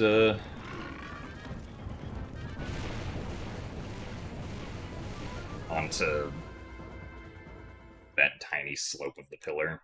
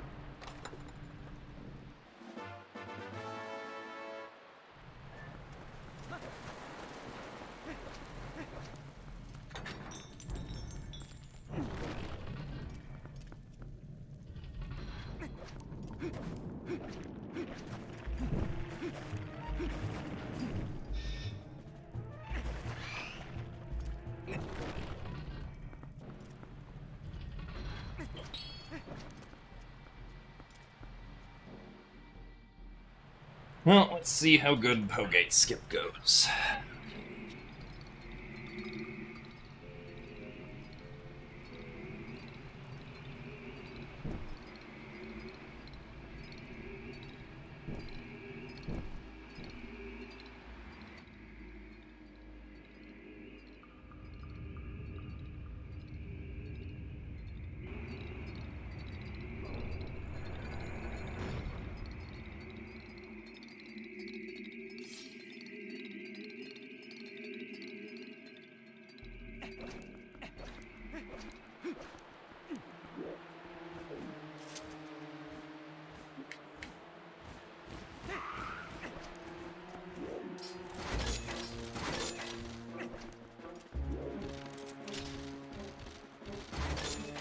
Ah, this sucks.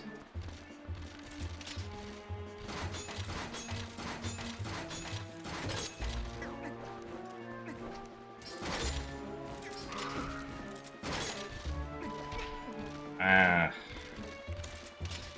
No, wait.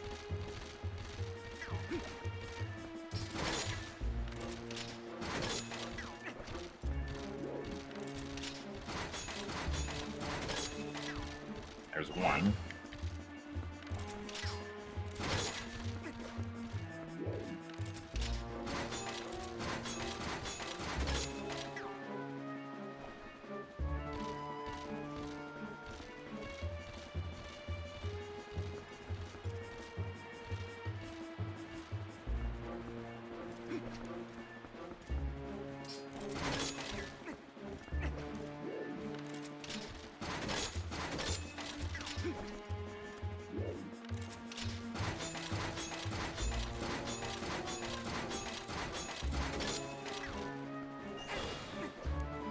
Oh, that was unfortunately quite a long time to take for that.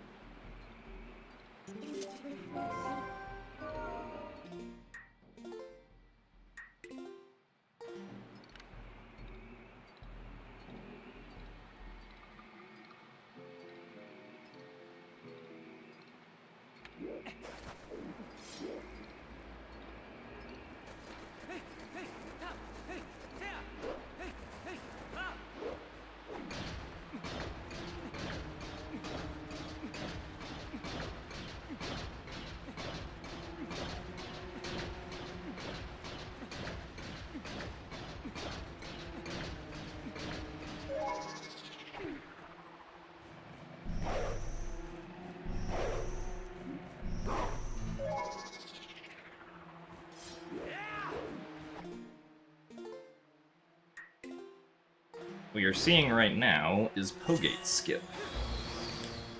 Ideally, at least.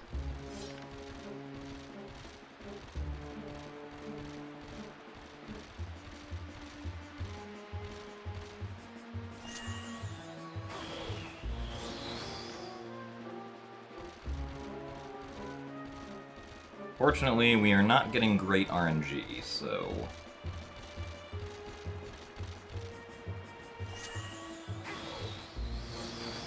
It is taking longer than preferred. Oh, come on. Get into that corner.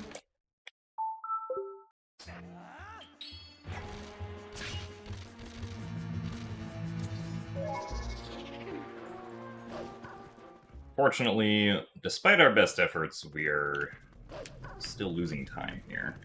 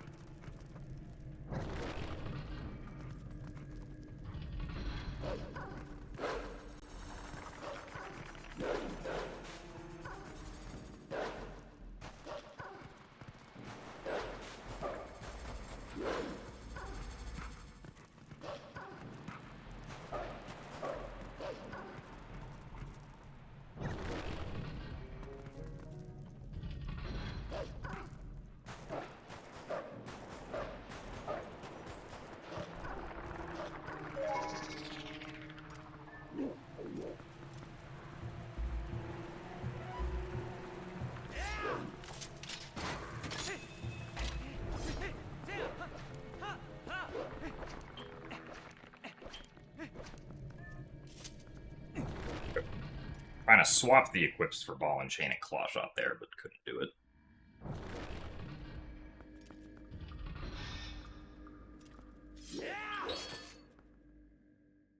So thanks for the good luck, Kristen and Shankshaw.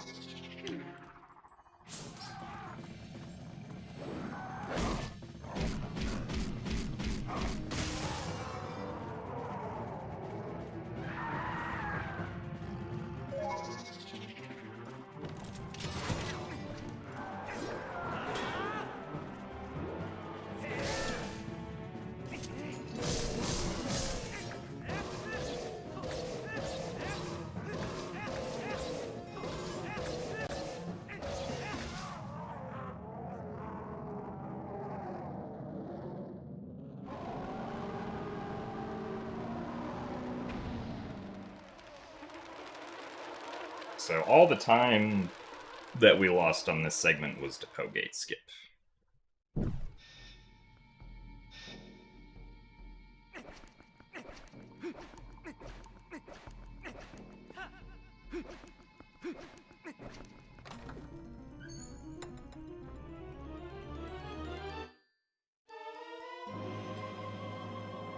Yeah, Pogate Skip was discovered back in August.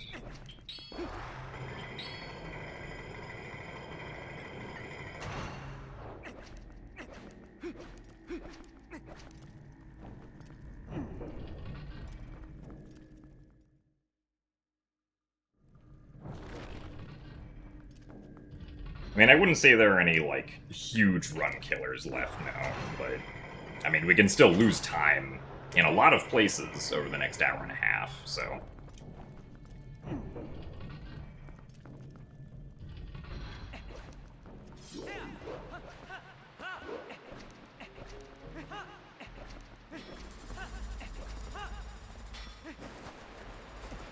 Well, Pogate Skip cuts out having to get the pose in the first part of the dungeon, which takes a couple minutes.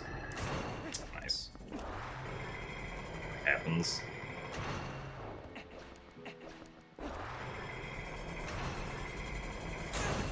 And there was nothing I could do about that, because the timing was just bad.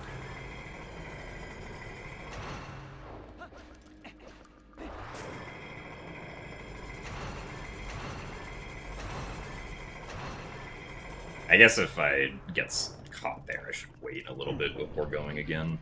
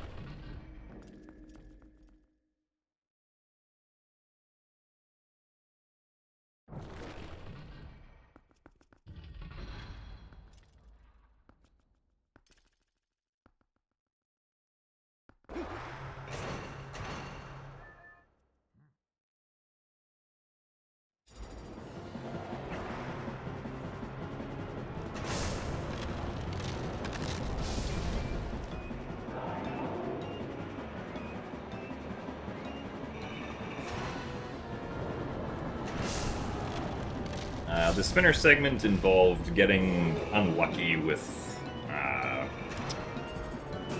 clipping the bubbles out of bounds, but also just really... Come on, you can make it. But also with getting unlucky on how long it took one of the bubbles to hop into position for the ending blow moon boots. Everything else about the segment was fine, so it was really just that we lost a minute and 20 seconds to, basically.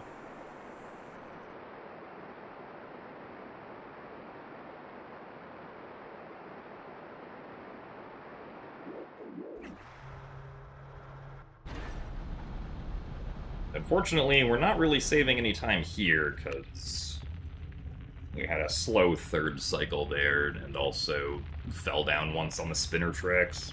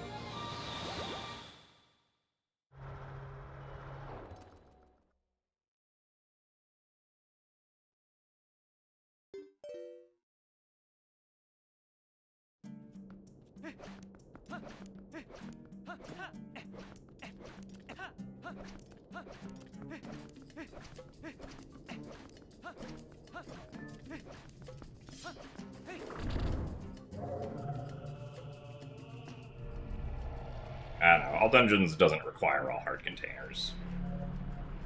We just get heart containers because Palace of Twilight and Temple of Time can sometimes do a lot of damage. So what the heck? I'm trying to quick spin. So we don't want to risk dying in those dungeons later on.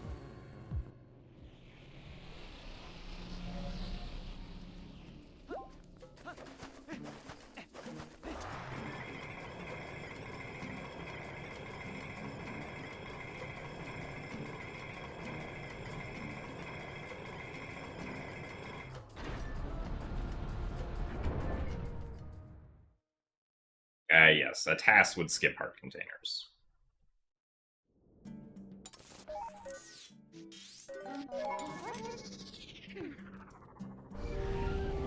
I mean, true, if you just don't get hit, then it's not an issue. Unfortunately, not getting hit is difficult sometimes.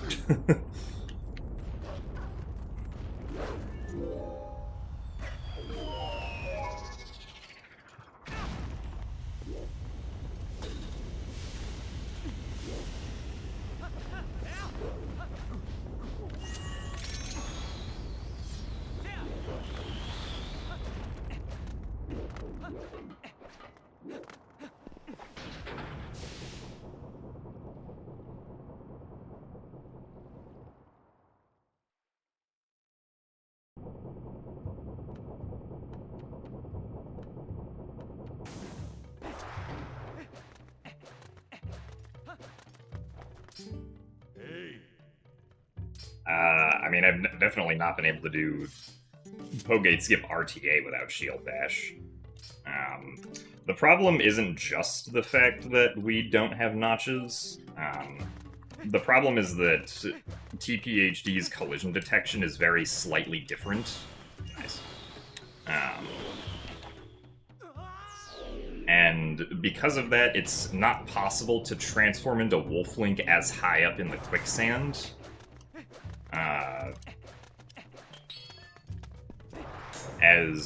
Really? I don't know what the heck happened there. It's not possible to transform as high up in the quicksand as GameCube can.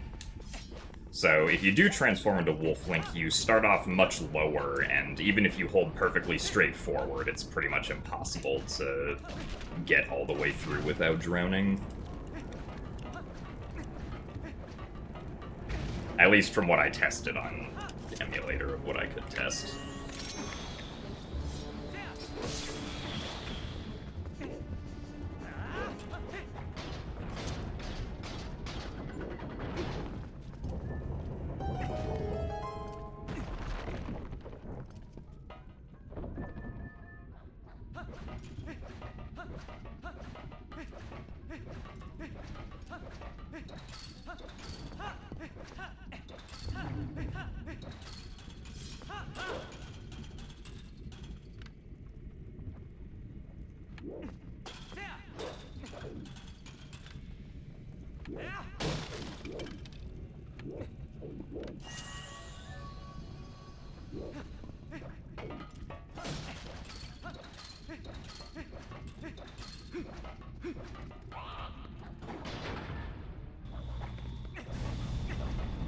Drowning can be fun. Well, unfortunately, as far as I'm aware, maybe I'm wrong, but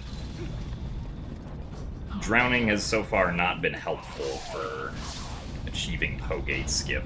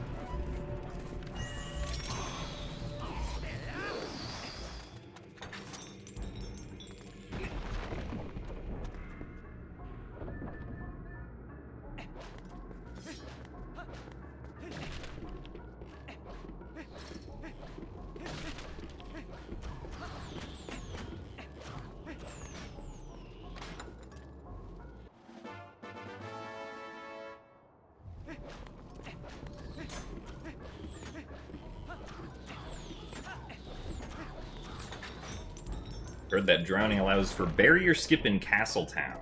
Oh, I see. This is news to me.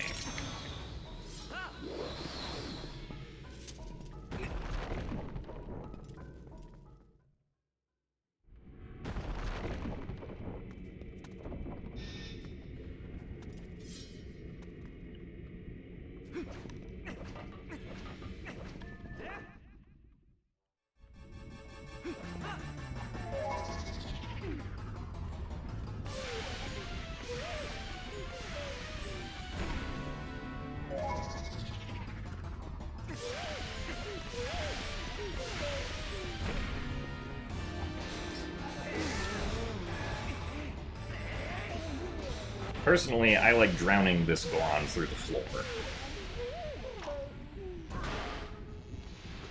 Which doesn't save any time compared to the other strat, but it is funny.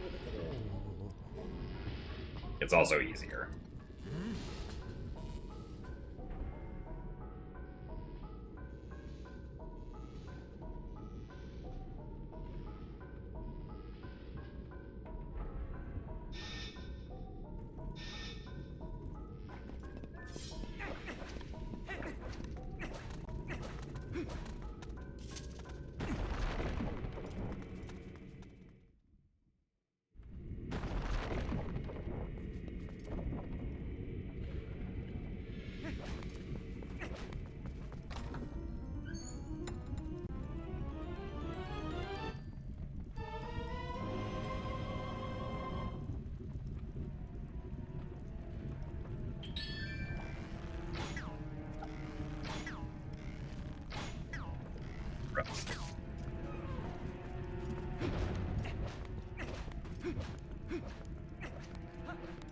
Our aim was apparently not there.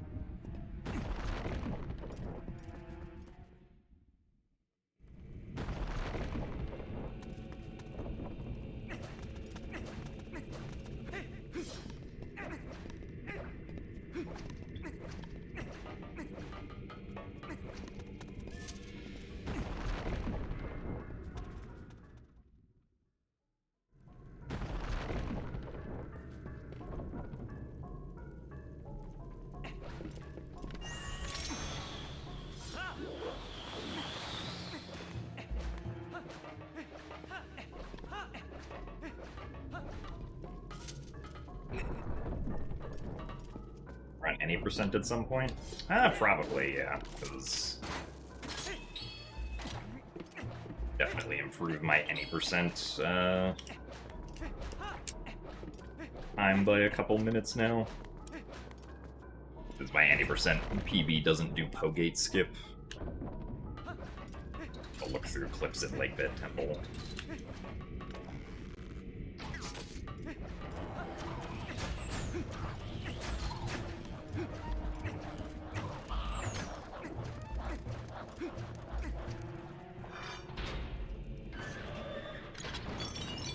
If we simply took City in the Sky and pushed it somewhere else? Well, then I guess we would have to change what direction the cannon is aiming, so that it would actually take us to City in the Sky. Really?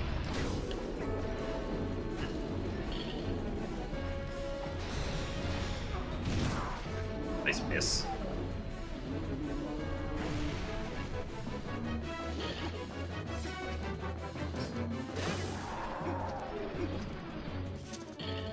I don't know, look-through clipping is HD exclusive, at least as far as I can tell.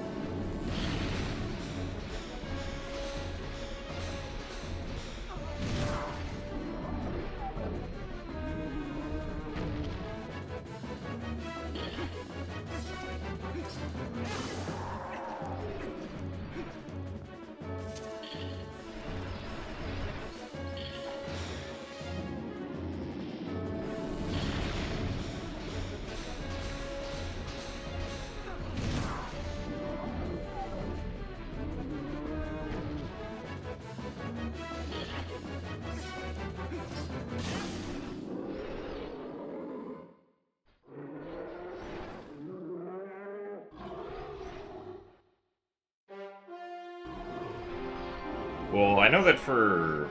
I think it's on Wii 1.0, you can skip every Cave of Ordeals floor. There's like some weird exploit on the Wii 1.0 version that allows for skipping all the Cave of Ordeals floors. Or rather, just not having to fight the enemies, you just roll through all of them, I think.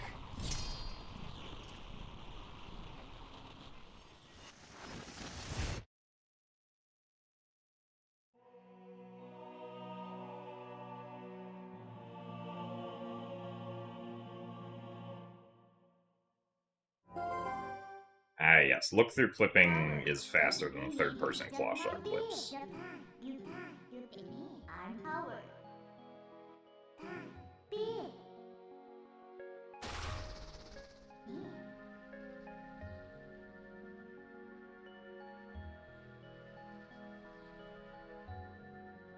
Yeah, that's right. Extinguishing the torches at the start of each room will allow for that. Makes sense if it was just a dev thing that was forgotten about.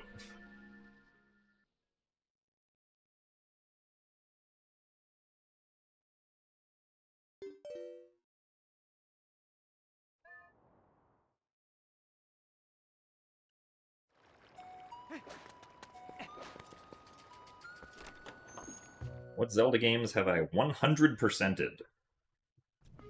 I mean, as far as speedruns go, I've done 100% speedruns of Ocarina of Time, Wind Waker, Twilight Princess, and Skyward Sword.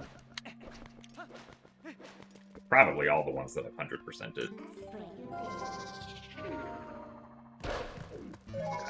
Did not get pushed in the direction I thought there.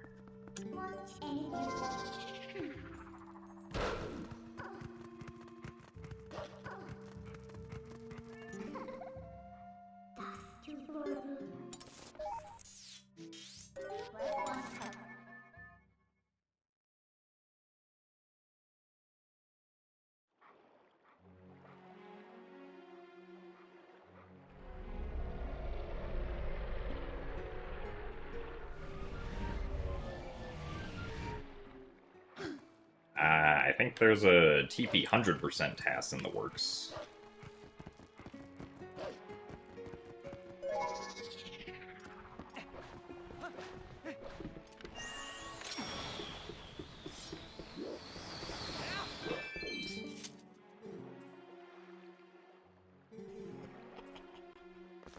Well, I did map warp the cannon. I didn't select warp.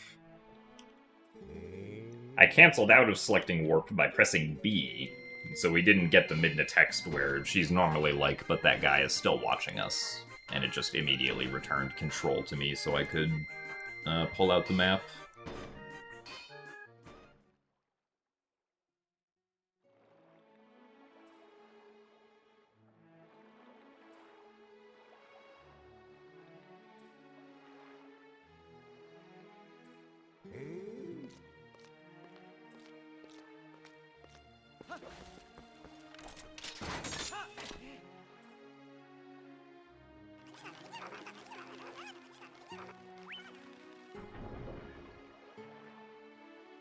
Yeah, you essentially make a task by going into an emulator and essentially continually retrying every single frame of the game over and over again until you're satisfied with what the output is.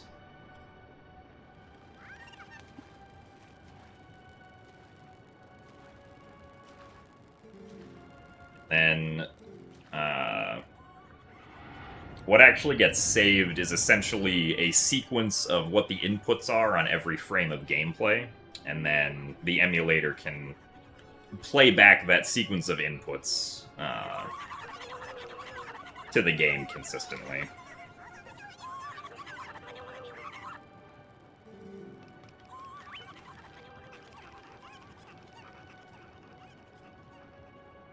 Alright, Max, we'll see you later.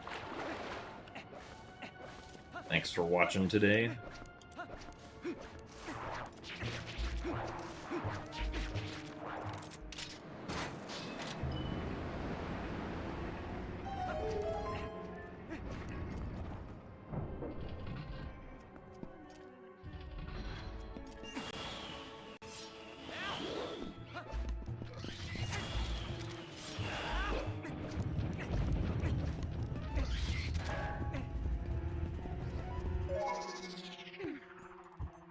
That was Pogate Skip. Unfortunately, Pogate Skip was kind of slow. We lost, like, well over a minute to both clipping the bubbles out of bounds and also just the RNG with the bubbles not hopping into the corner as quickly as we would like.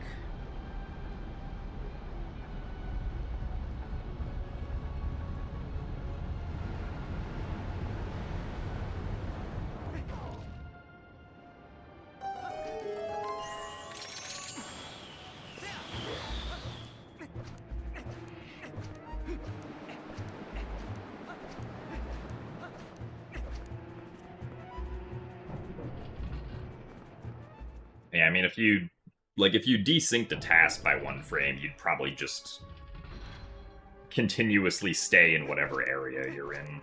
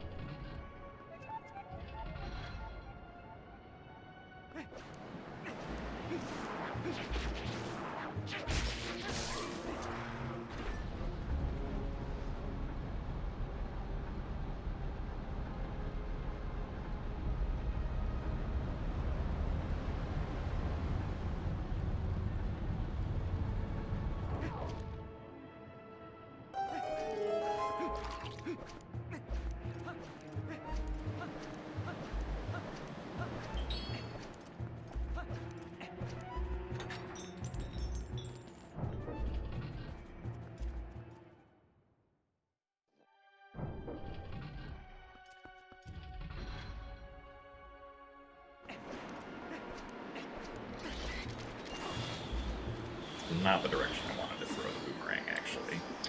I don't trust that direction either.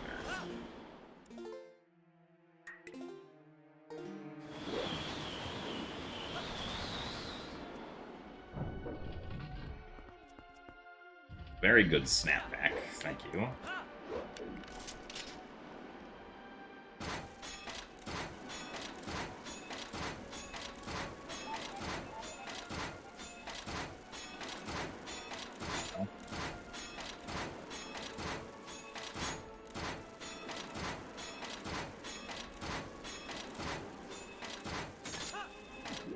I don't know why that took so many attempts. Somehow I was continuously hitting the edge of the Clawshot medallion, but regardless of which direction I went afterwards, we weren't hitting the target.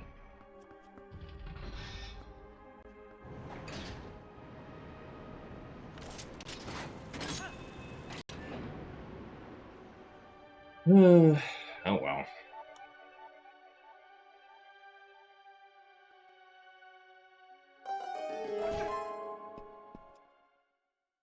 I do not know why that trick does not work on emulator. I did not program the emulator.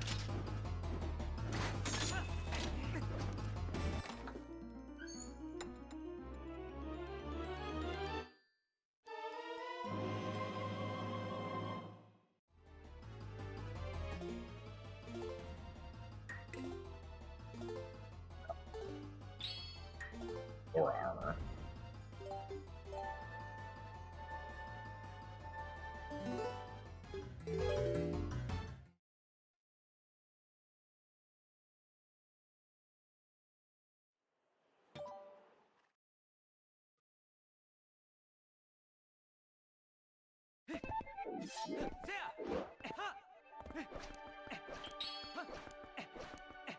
No, like the trick just actually, like third-person claw shot clipping just actually doesn't work on emulator for some reason. Like the camera doesn't move how it's supposed to for third-person claw shot clipping to work.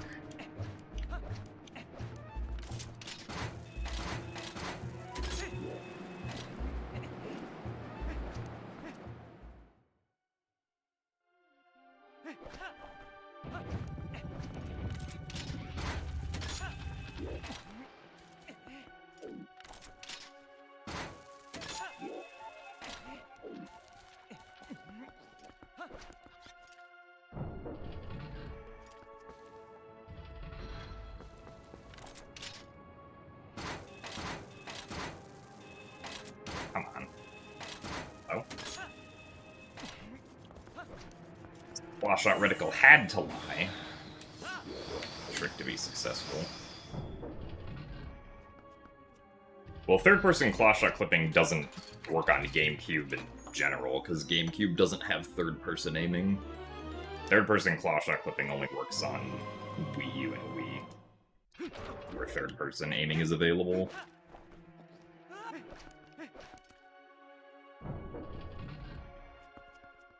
What task-only trick would save the most time if it could be done RTA?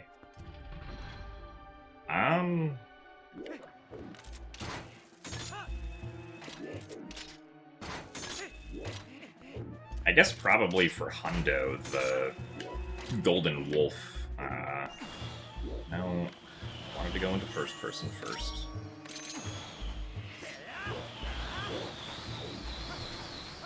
Like, the Golden Wolf hidden skill duplicating would probably save the most time.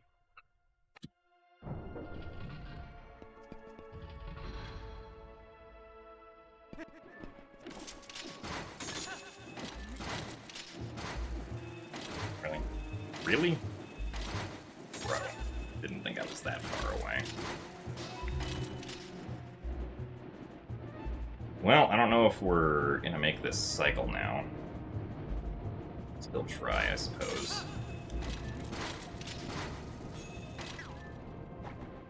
No! I did that too early. Ow. Now this sucks.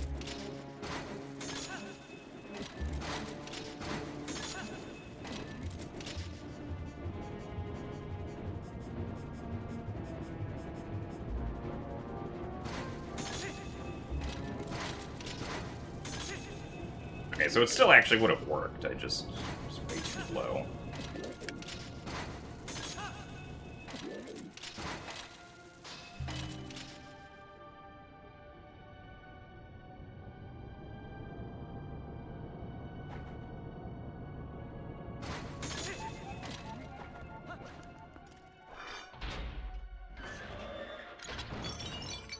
Now we're not saving time here.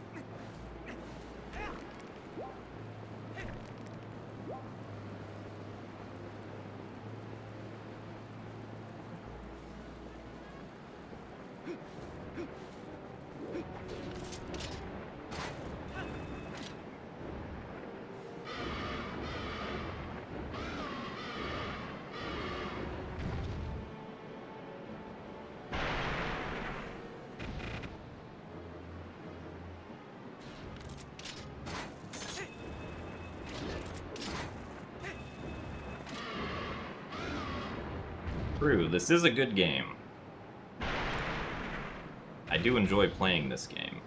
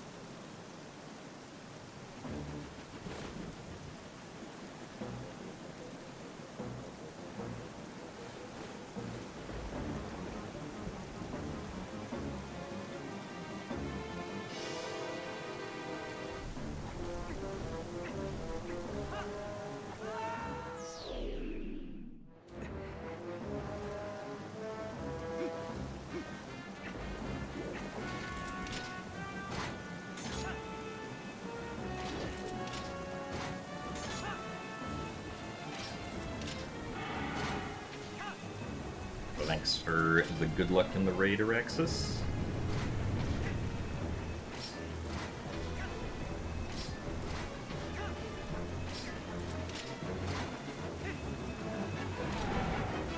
Hope the stream went well.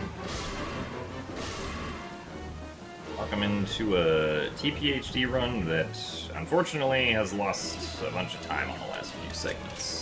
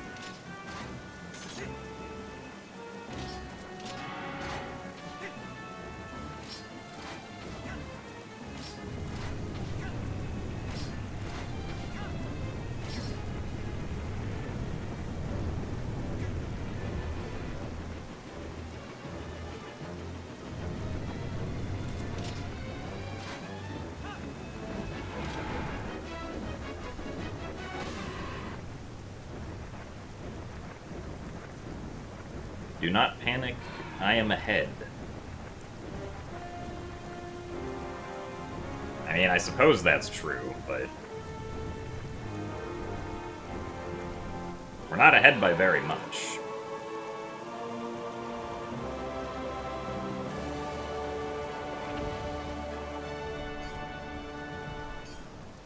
As we won't be when we...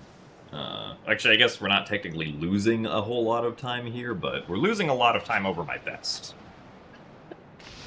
Losing over 30 seconds compared to best. Rue, Stallard Phase 2 is ahead.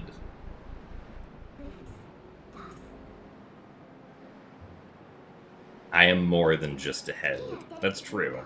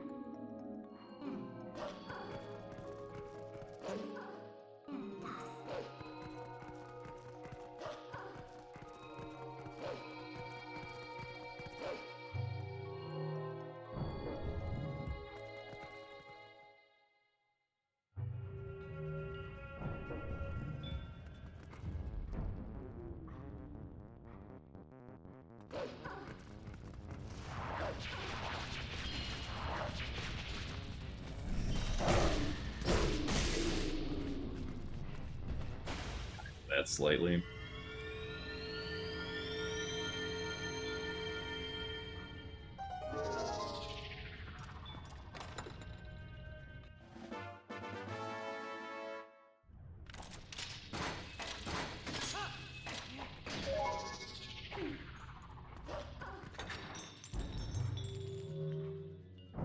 One is suggesting I have a full body and am not just a cut-off upper section of a human being as seen on the webcam.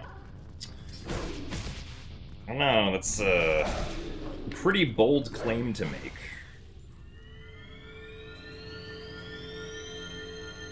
Darn it, we got pushed to the side of the chest.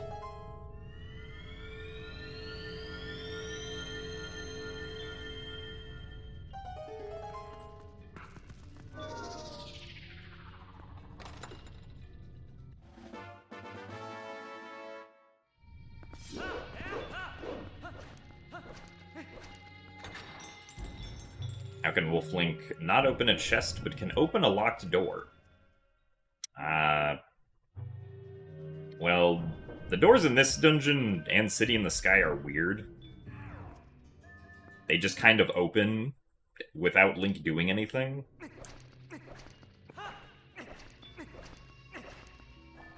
Maybe the doors are sentient and know when someone is approaching.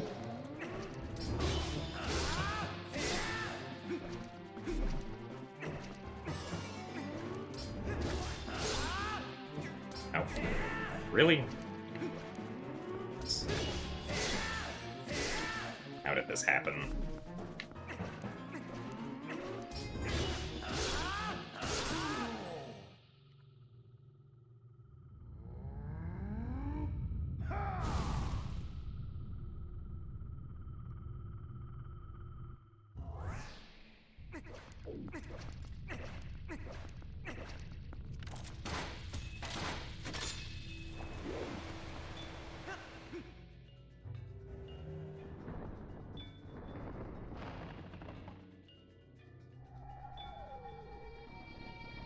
Happened was I pressed B too early. I did not get a quick spin is what happens.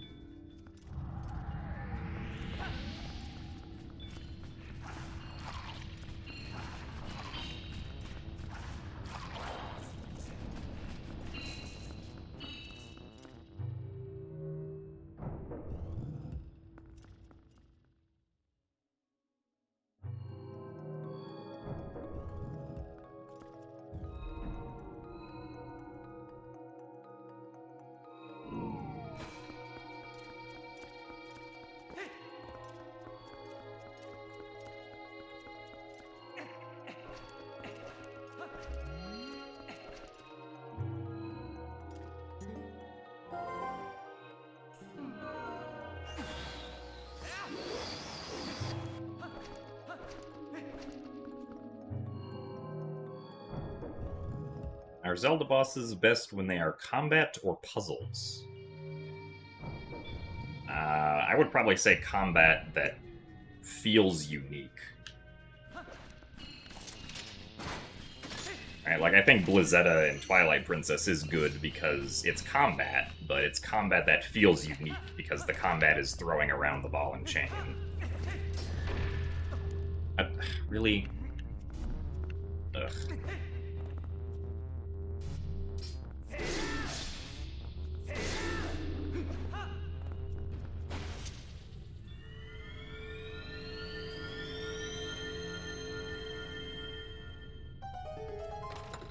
Or, like, even though the, like, Girahim and Demise fights in Skyward Sword are, like, on paper, like, typical combat fights, they are unique combat in that they are Skyward Sword motion control combat.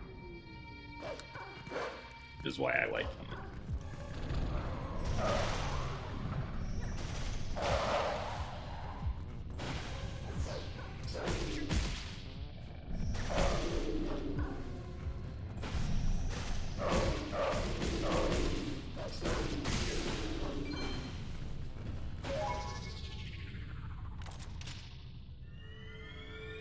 Also, thanks for the good luck, RB Weeper Bros.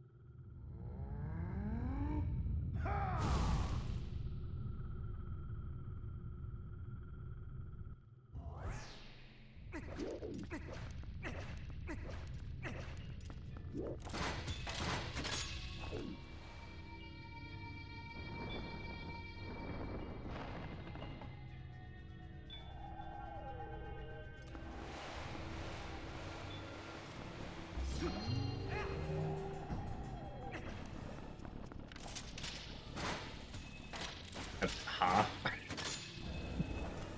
Alright. Good job, Shadowrun. You lost me 2 seconds.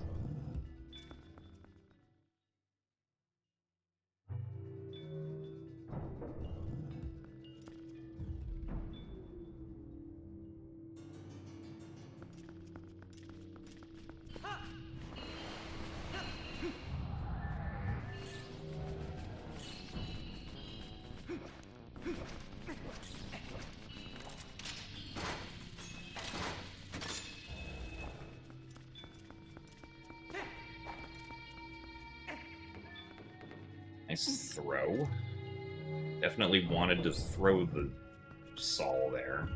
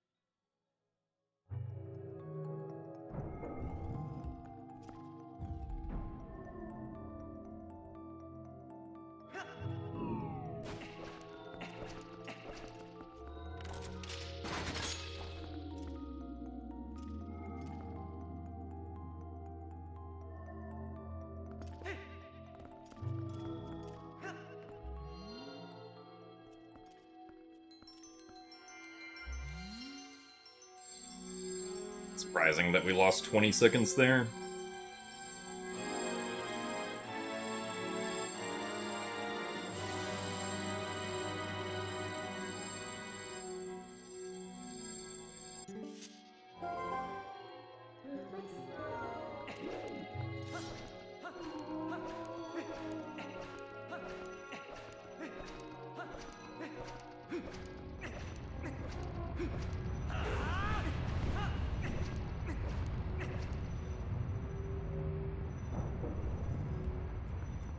You want Phase 2 of Ganondorf to be roll goal. Yes, Ganondorf realizes that he can't challenge you to a sword combat, so instead he turns to challenging you by roll goal.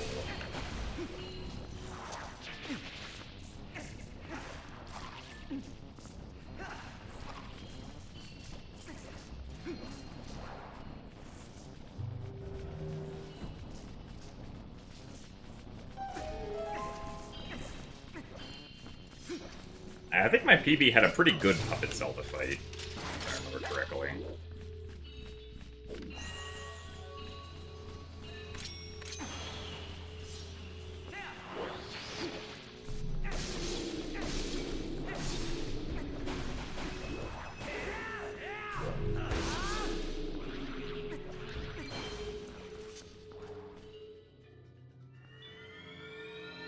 Thanks for the good luck Benja gaming. Do I think I could beat Ganondorf at Candy Crush? I've never played Candy Crush, so I don't know. Maybe if Ganondorf also has never played Candy Crush, then I could beat him at Candy Crush.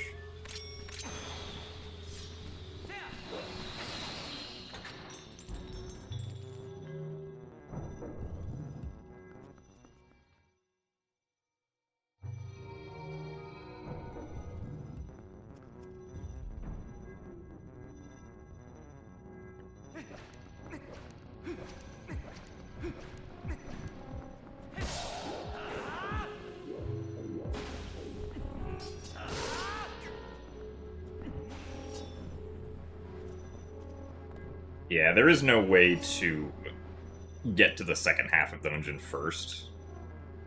If you do get to the second half first, you do need either the Master Sword with Light, or you need to bring a Saul with you somehow, which they specifically prevent you from carrying a Saul through the door to the second half of the dungeon, so that doesn't really work, as far as I'm aware.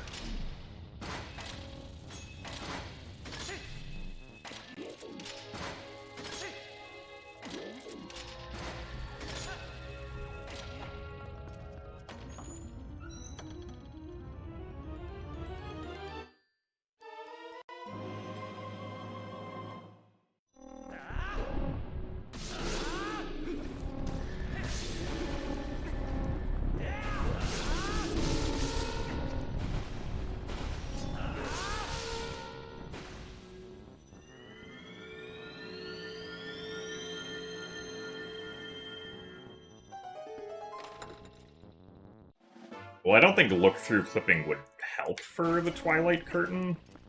I could try, but, like, again, the issue is that you can't carry a Saul through the door that's behind the curtain. Like, that door specifically, you cannot open it while Link is holding a Saul. At least on GameCube. I admittedly do not know if that is still the case on HD. I would be surprised if that was changed.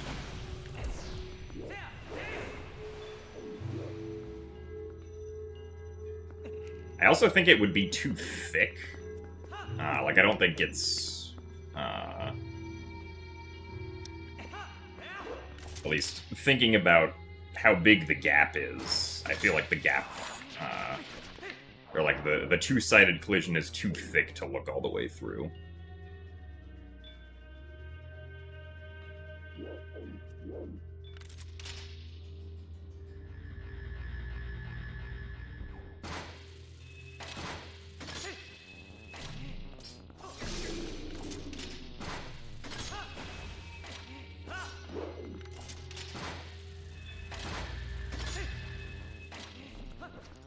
Oh, crap.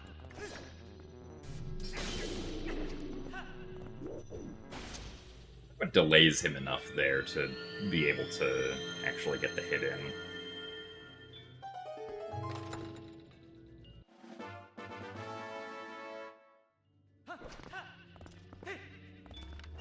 Because I have been able to get the hit in there on that Xant head before he disappears before.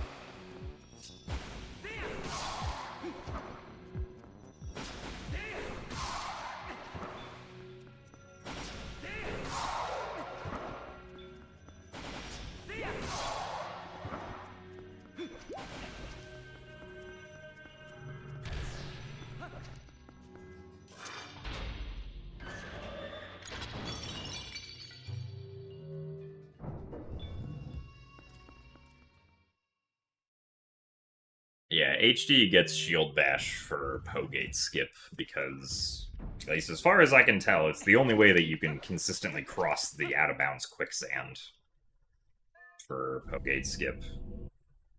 One, because we have no notches, but two, because collision detection differences make doing the walk across the out-of-bounds quicksand as Wolf Link in the same way seemingly impossible. I was not able to replicate the way that GameCube and Wii can do it, like, even once. So instead we use Shield Bash, because Shield Bash allows you to jump attack in quicksand.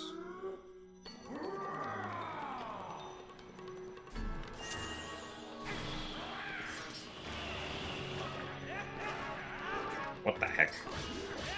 They usually just not hop that far over. Oh, come on. Hey, that was silly.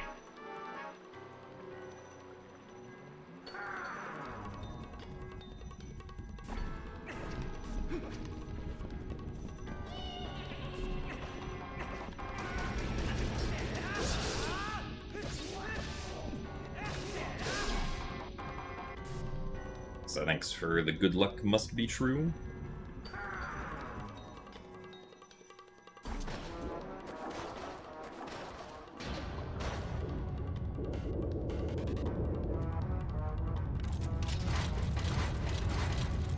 Thanks for the good luck as well, GMO Pasta.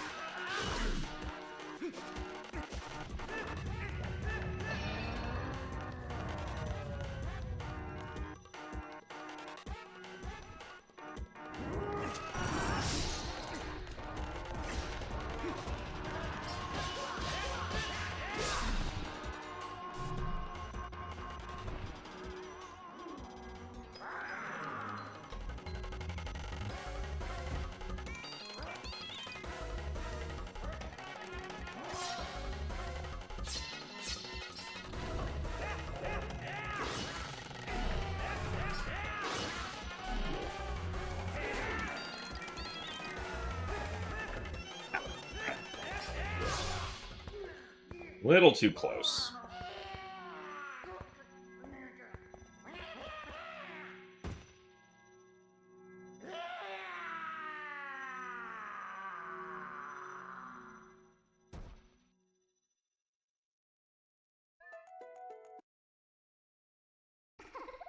I feel like lore-wise, those settings are probably all just illusions, if I had to guess. Because they also don't look exactly like the...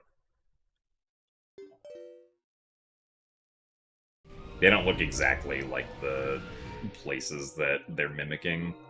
Or at least some of them don't.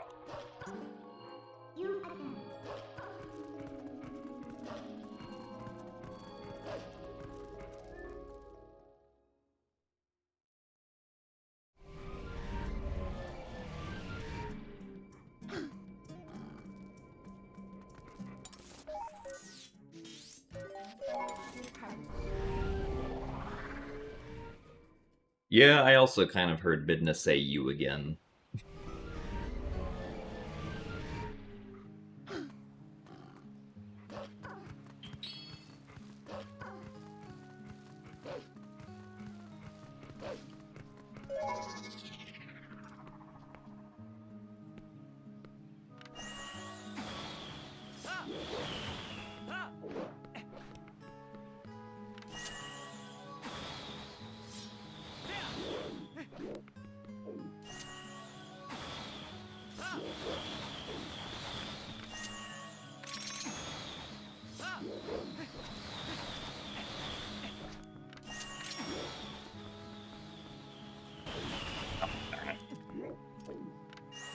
specifically did not want to hang off the edge there.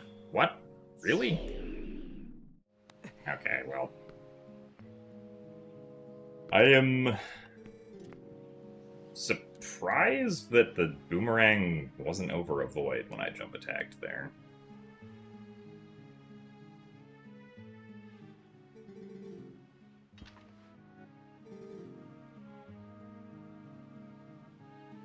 To go back and look at that.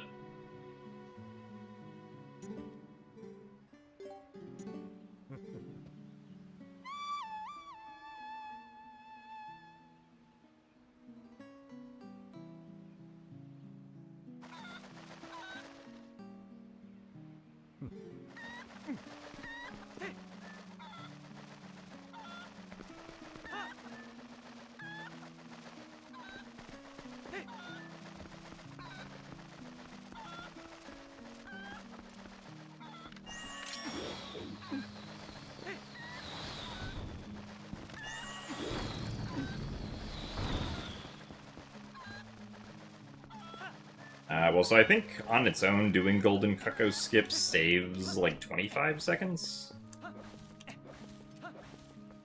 Oh.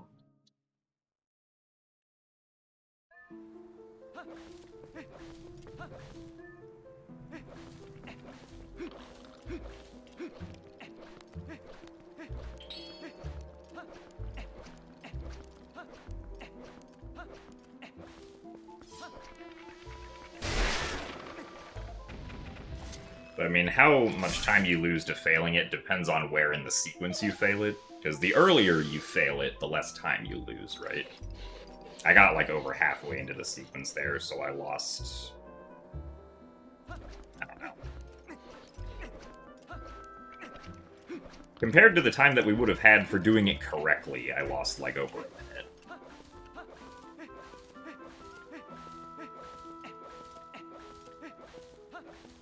So thanks for the good luck, Rodner. And for the raid. You're just in time to see me not be able to PB anymore, because I failed the Golden Cuckoo Skip.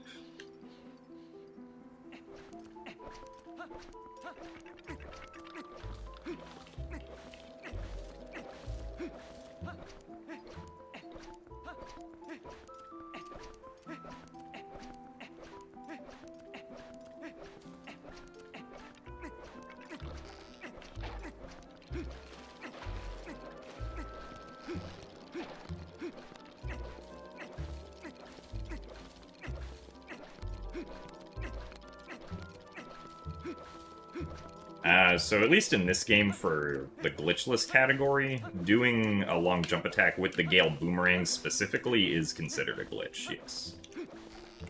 But doing a long jump attack with an enemy is not considered a glitch, so... there is like one part of City in the Sky where we just do a long jump attack to cross a gap in a room, because,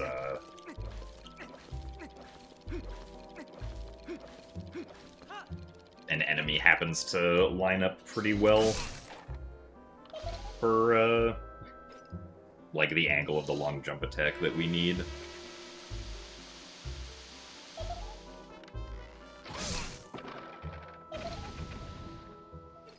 Well, so, like, the mechanic of Link, like, doing long jump attacks to get to enemies is, in some way, kind of intended. Because... like, the mechanic of Link adjusts his jump attack distance to meet an enemy exactly where the enemy is, like, is an intended mechanic, right? Otherwise, jump slashing would, frequently not hit enemies at all, so...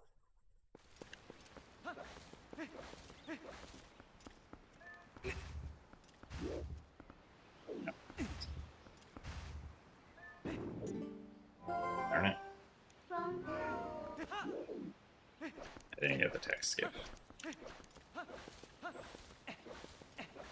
So if you wanted to, like, ban long jump attacks with enemies, you'd have to come up with, like, some weird criteria for what counts as long jump attacking with an enemy versus just jump attacking an enemy, because They're both the same input, it kind of just depends on how far away the enemy is.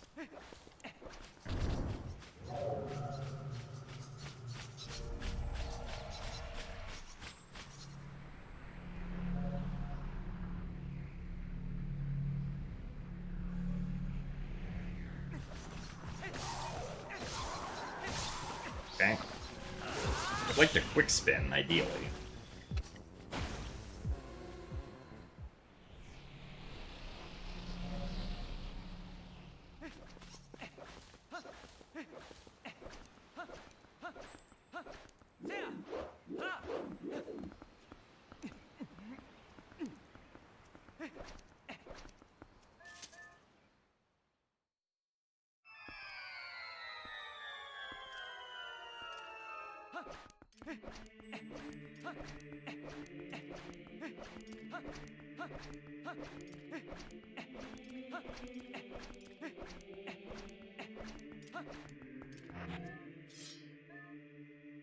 Press those buttons in the wrong order.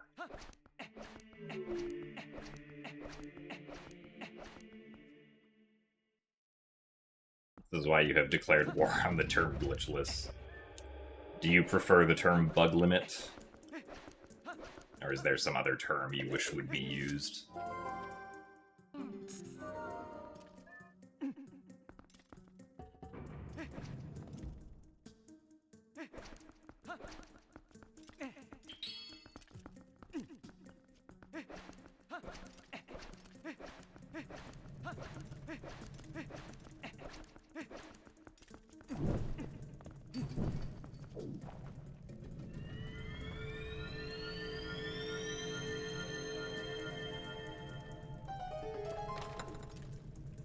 I managed to get anywhere with Uku Slide dot skip. Not really. At least not in HD. I have a single clip of Link going through a wall for 1 frame at low speed with an Uku Slide, but I was not able to recreate it at all.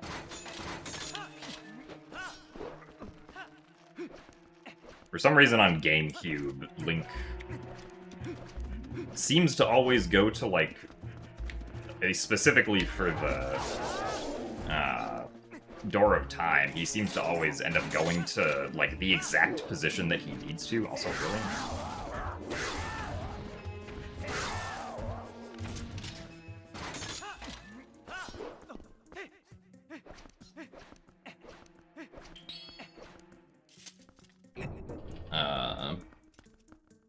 But Link always seems to, when approaching the Door of Time, go with an Uku Slide at the correct angle, get into the exact position that he needs to for the clip to work. And I'm not really sure why.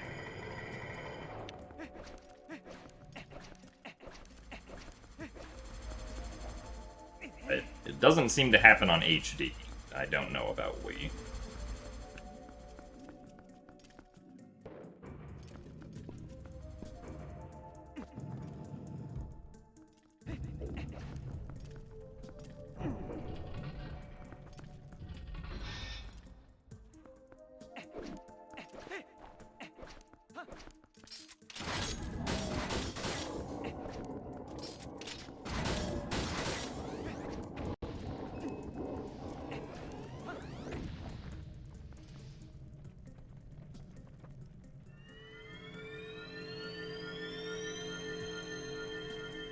We lost time entering Temple of Time because I failed Golden Cuckoo skip.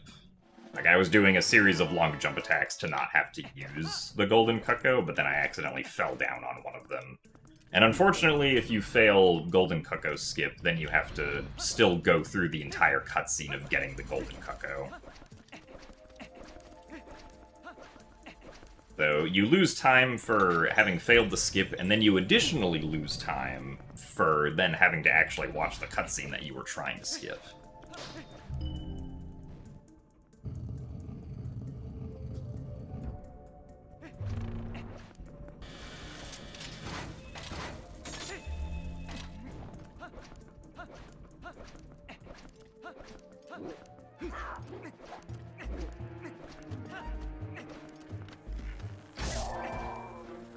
Sorry, how did we hit the enemy that was behind us?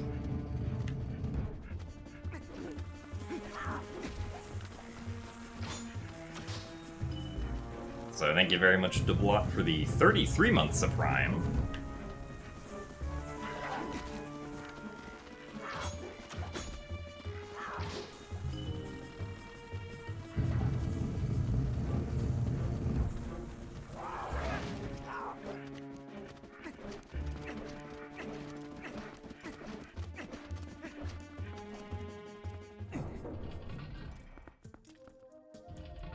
Hope that the Japanese final went well.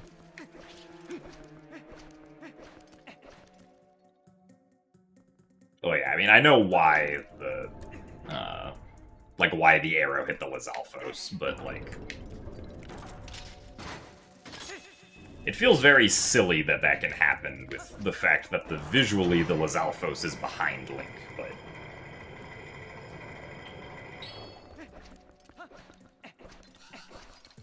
I know that the arrow comes out of, like, the center of Link's body. Or somewhere around there. Apparently I forgot what I was doing.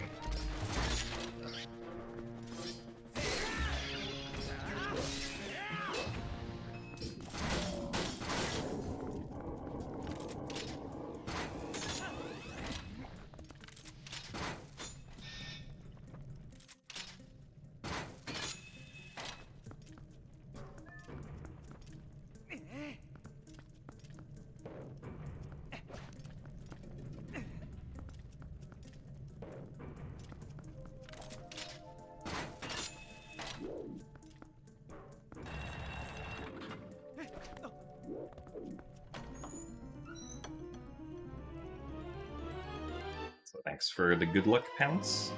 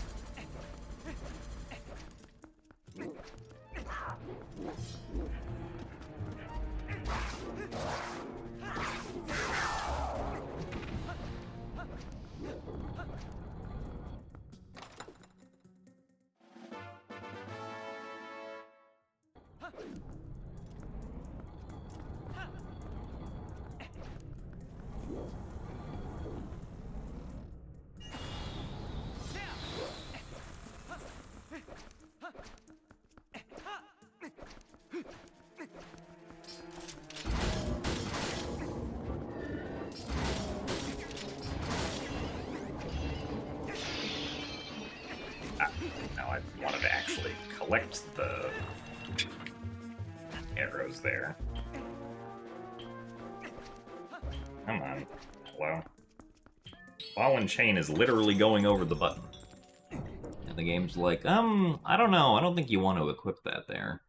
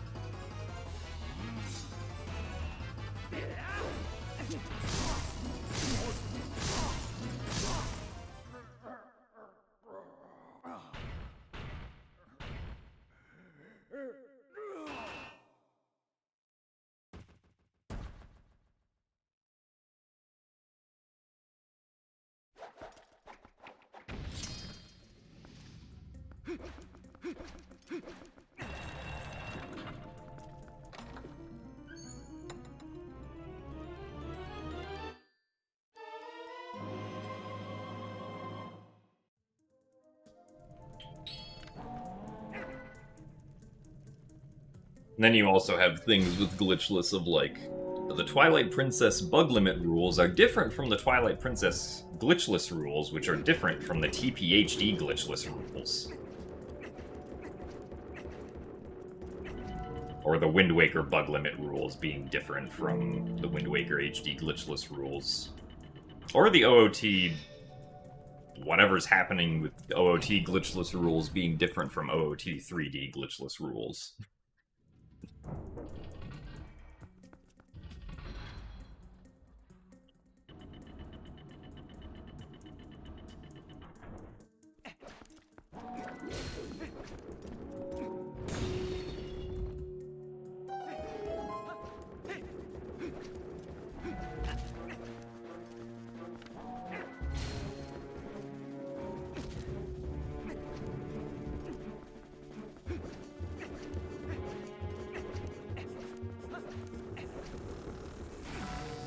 Yeah, I was too close. Unfortunate. Excuse me? Why did we throw it over there?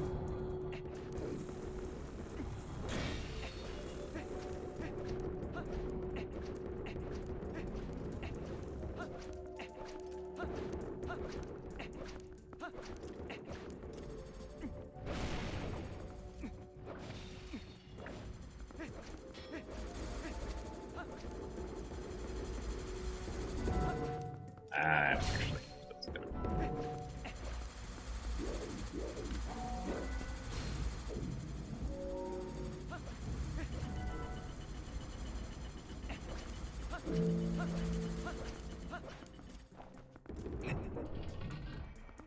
But yeah, this is why...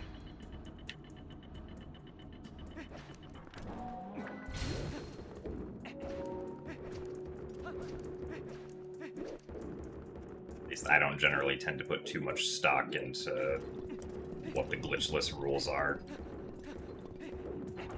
As far as I can tell, they're usually close enough, and that's fine.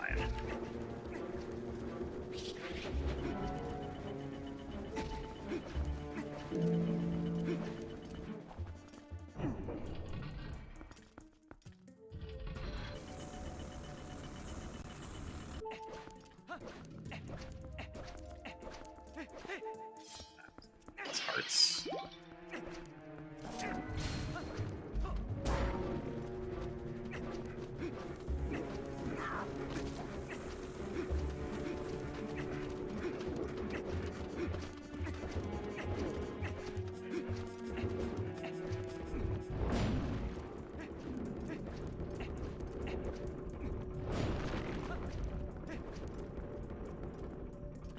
Come on.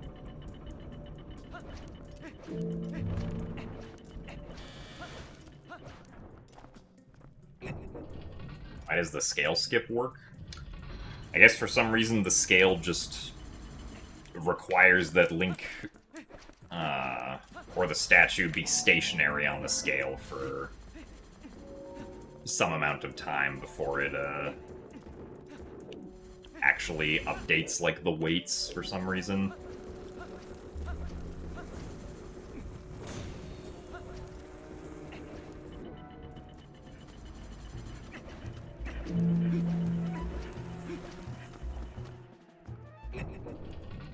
Did I just baffle Azalfos with the Dominion Rod?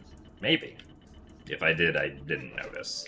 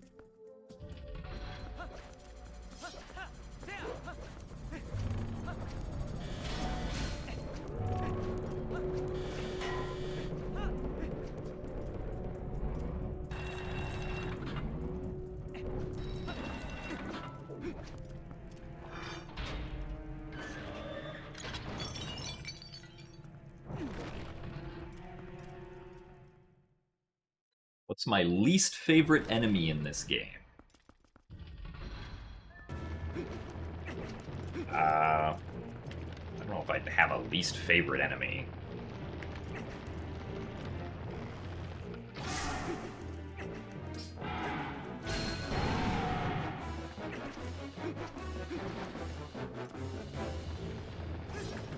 Moldorms?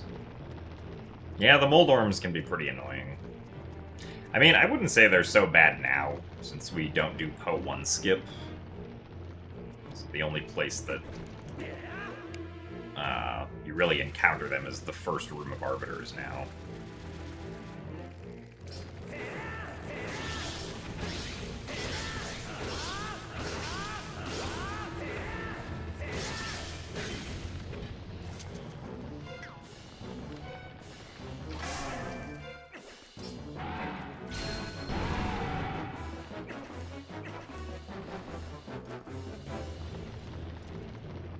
Oh boy, we got the sideways spider climb to save back some time. Neat.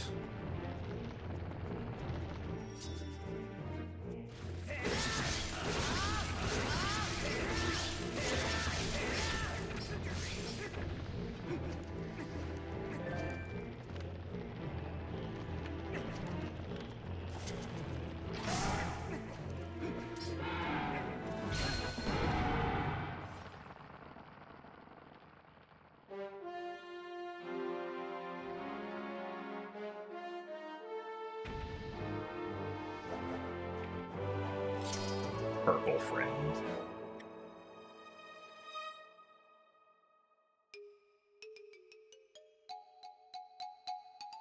Thanks for the good luck, Black Jacoop.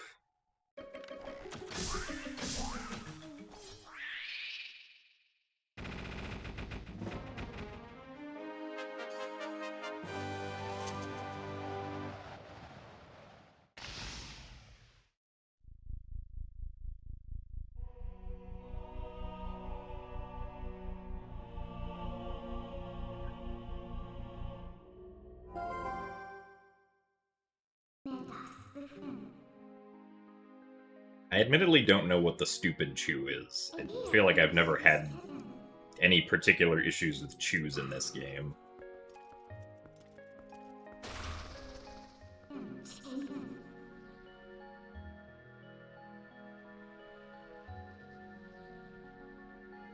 Why are we getting a best here by, like, 6 seconds? I guess we did get the sideways spider climb and otherwise decent RNG. Lake bed first room chew that sometimes knocks you down pulling the lever. I feel like that's, like, an exceedingly rare thing to have happen to me.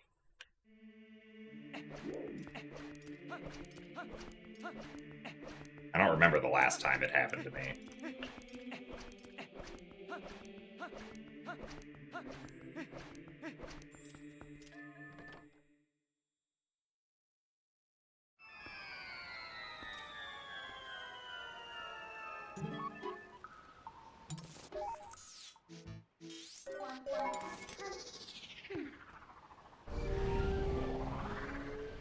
Thanks for the good luck, Ace.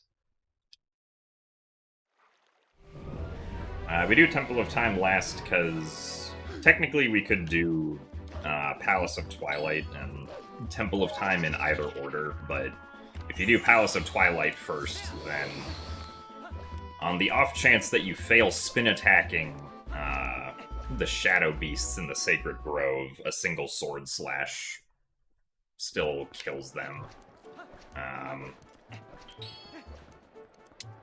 Because you have the Master Sword with Light, which does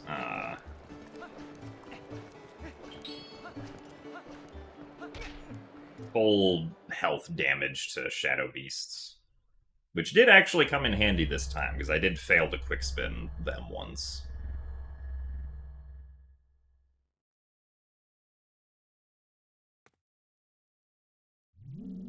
But there's no reason to go to Temple of Time earlier, since we need Bo to do Temple of Time, but we don't do Goron Mines until after Arbiter's Grounds. And after Goron Mines, we want to immediately do City in the Sky, since we spawn back in Kakariko.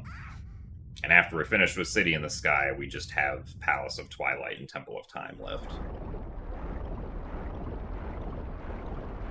So thanks for the good luck, Ace and Parasite.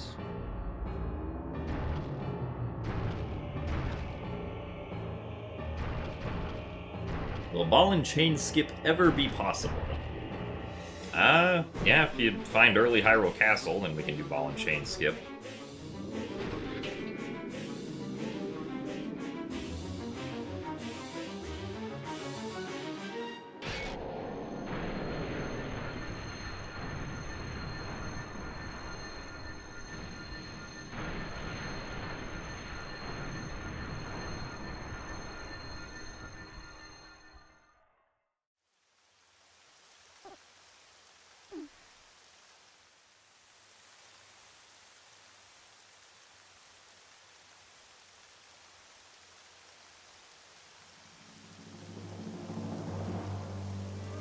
Yeah, Xanth's feet are just too powerful, unfortunately.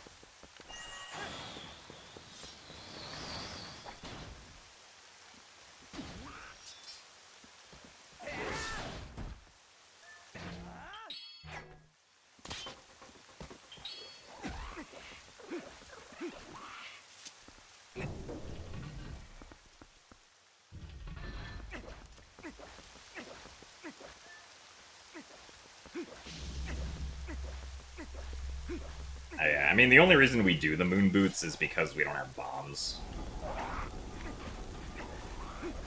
So, killing the Bokos there takes much longer, since we have to use, like, sword slashes and ball and chain.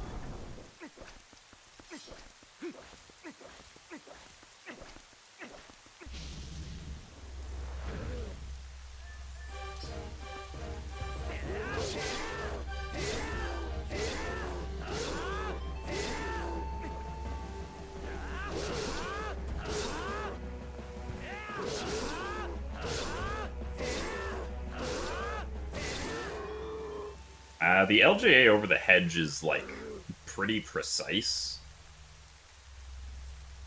It's not something that I've ever felt I was able to do consistently, since you have to be standing at a fairly specific height on the slope to be able to do it. And you also don't have very many frames for the actual jump attack, from what I remember.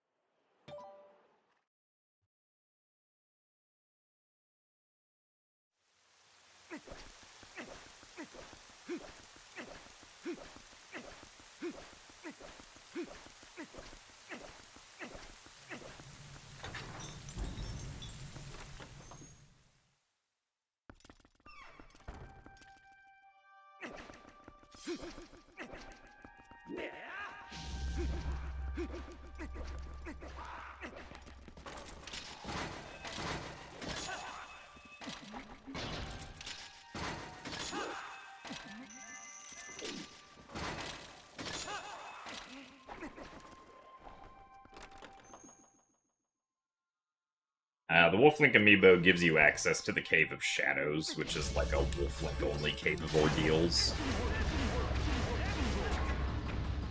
If you beat the whole Cave of Shadows, you get another wallet upgrade that allows you to hold 9,999 rupees.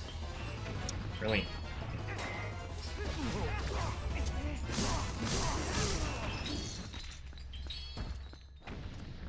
With equipping Ball and Chain again. I don't know why Ball and Chain specifically have more trouble equipping than the rest of the items.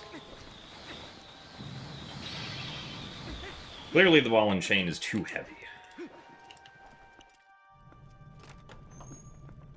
So there's actually two different 100% categories. There's 100% with Amiibo, and 100% without Amiibo.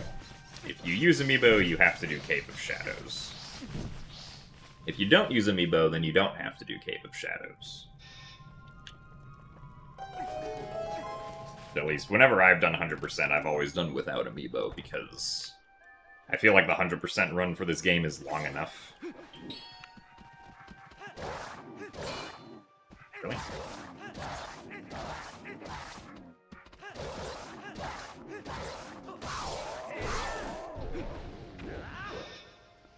Because it's already 7 hours long. We don't need another 30 minutes of Cave of Ordeals tacked on top of that.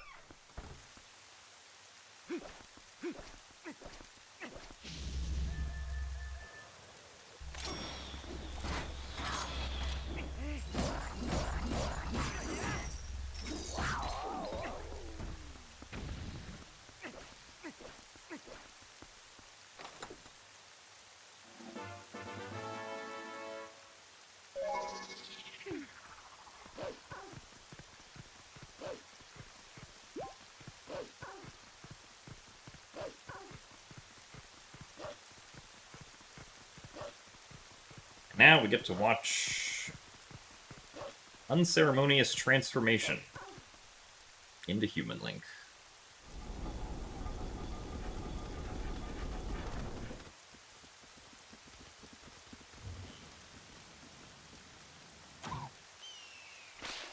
Ah, yeah, that's right. The Wolflink amiibo also allows you to spawn Wolflink in Breath of the Wild.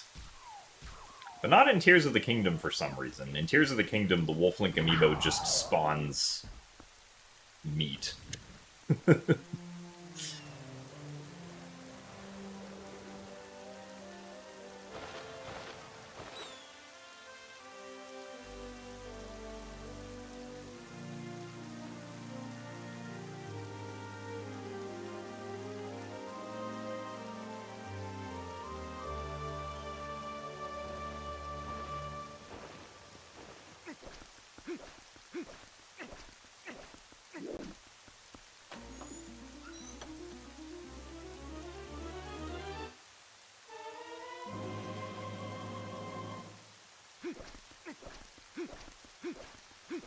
Oh, chance for a TP style outfit also makes sense.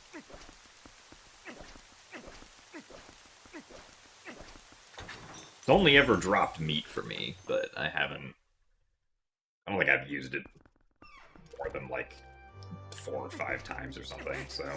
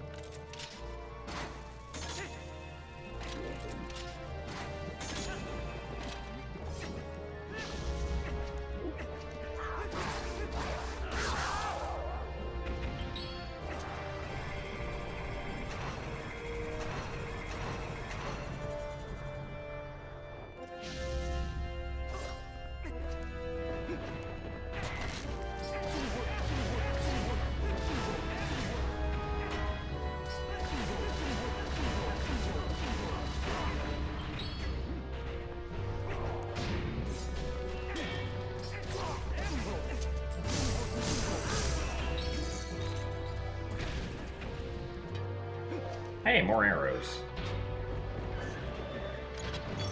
We definitely needed to fight the Dark Nut for more of those arrows.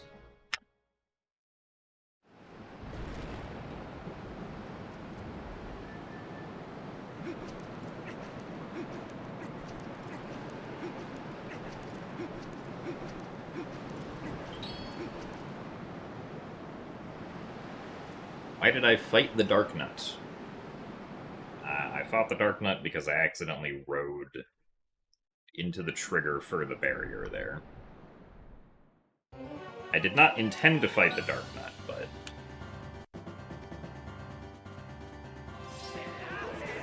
was a mistake that happened.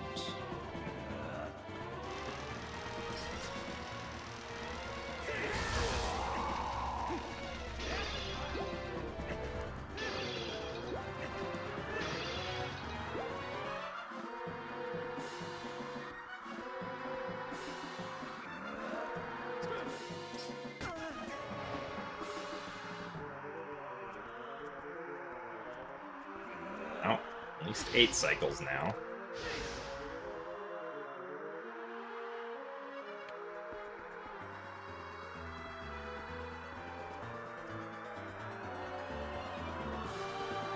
Zelda do really be flying around in between these cycles.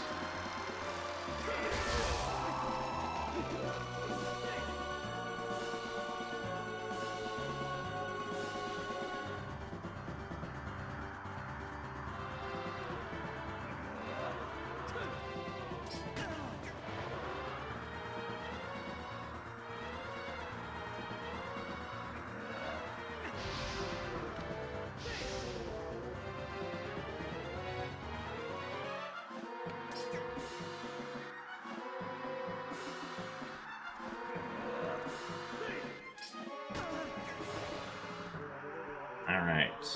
Are we going to get the energy ball, or is it going to be more cycles? Oh, we got the energy ball.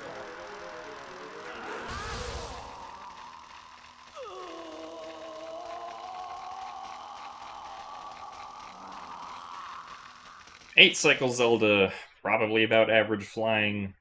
The last 2 cycles of that were pretty fast.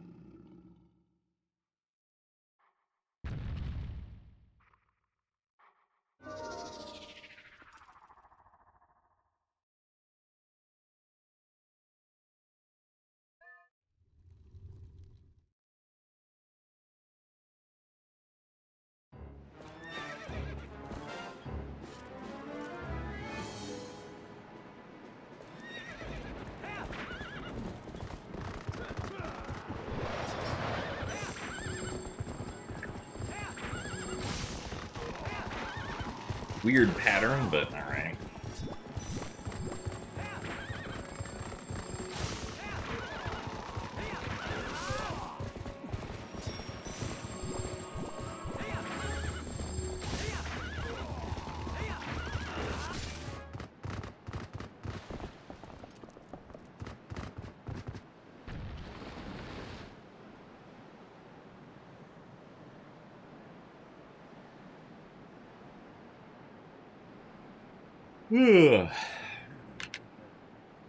Alright, well. Unfortunately, no PB, but a finished run at least. And an impressive-looking blade, according to Ganondorf.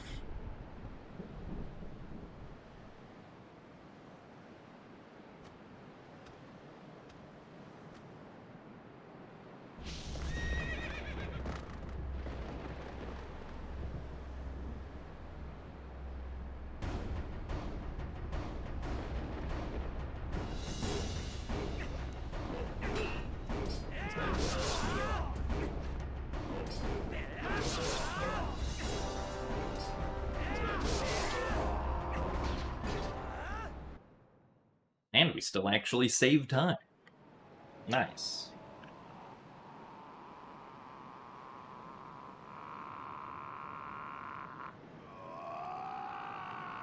Also, thank you very much, Stavros, Apes, and Joshi for the bit drops.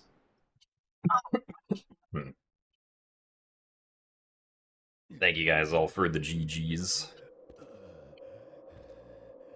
What are those horses? Have you never seen a combo, Ace?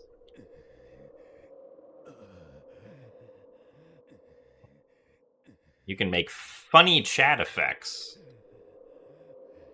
with bit drops during combos now.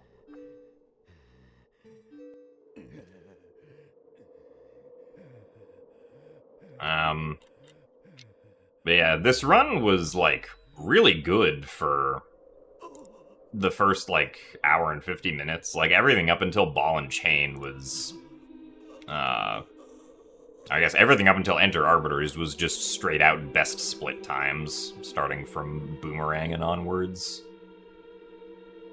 Because, like, if I compare to some of best, yeah, we got to Ball and Chain and only lost 46 seconds over my sum of best for the first hour and 50 minutes of the run, which is pretty crazy. And then everything kind of just fell apart afterwards.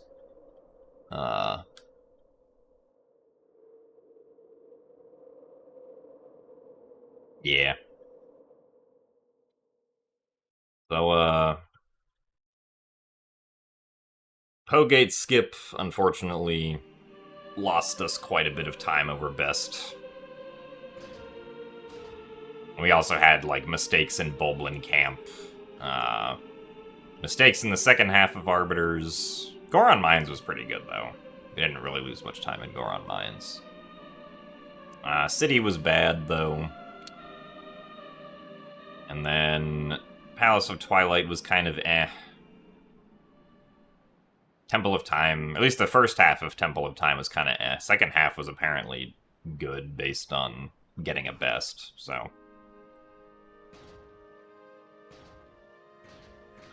But I mean, if we had this run during a marathon, that would be more than acceptable. But I think that will be it from me for today, so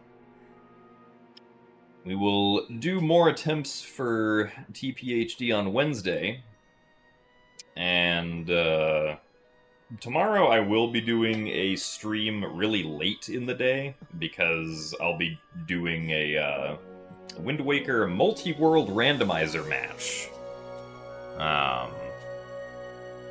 against another team, so that'll be happening like 7 hours after my normal stream time, on a day that I normally don't stream on. So, extra content for tomorrow night.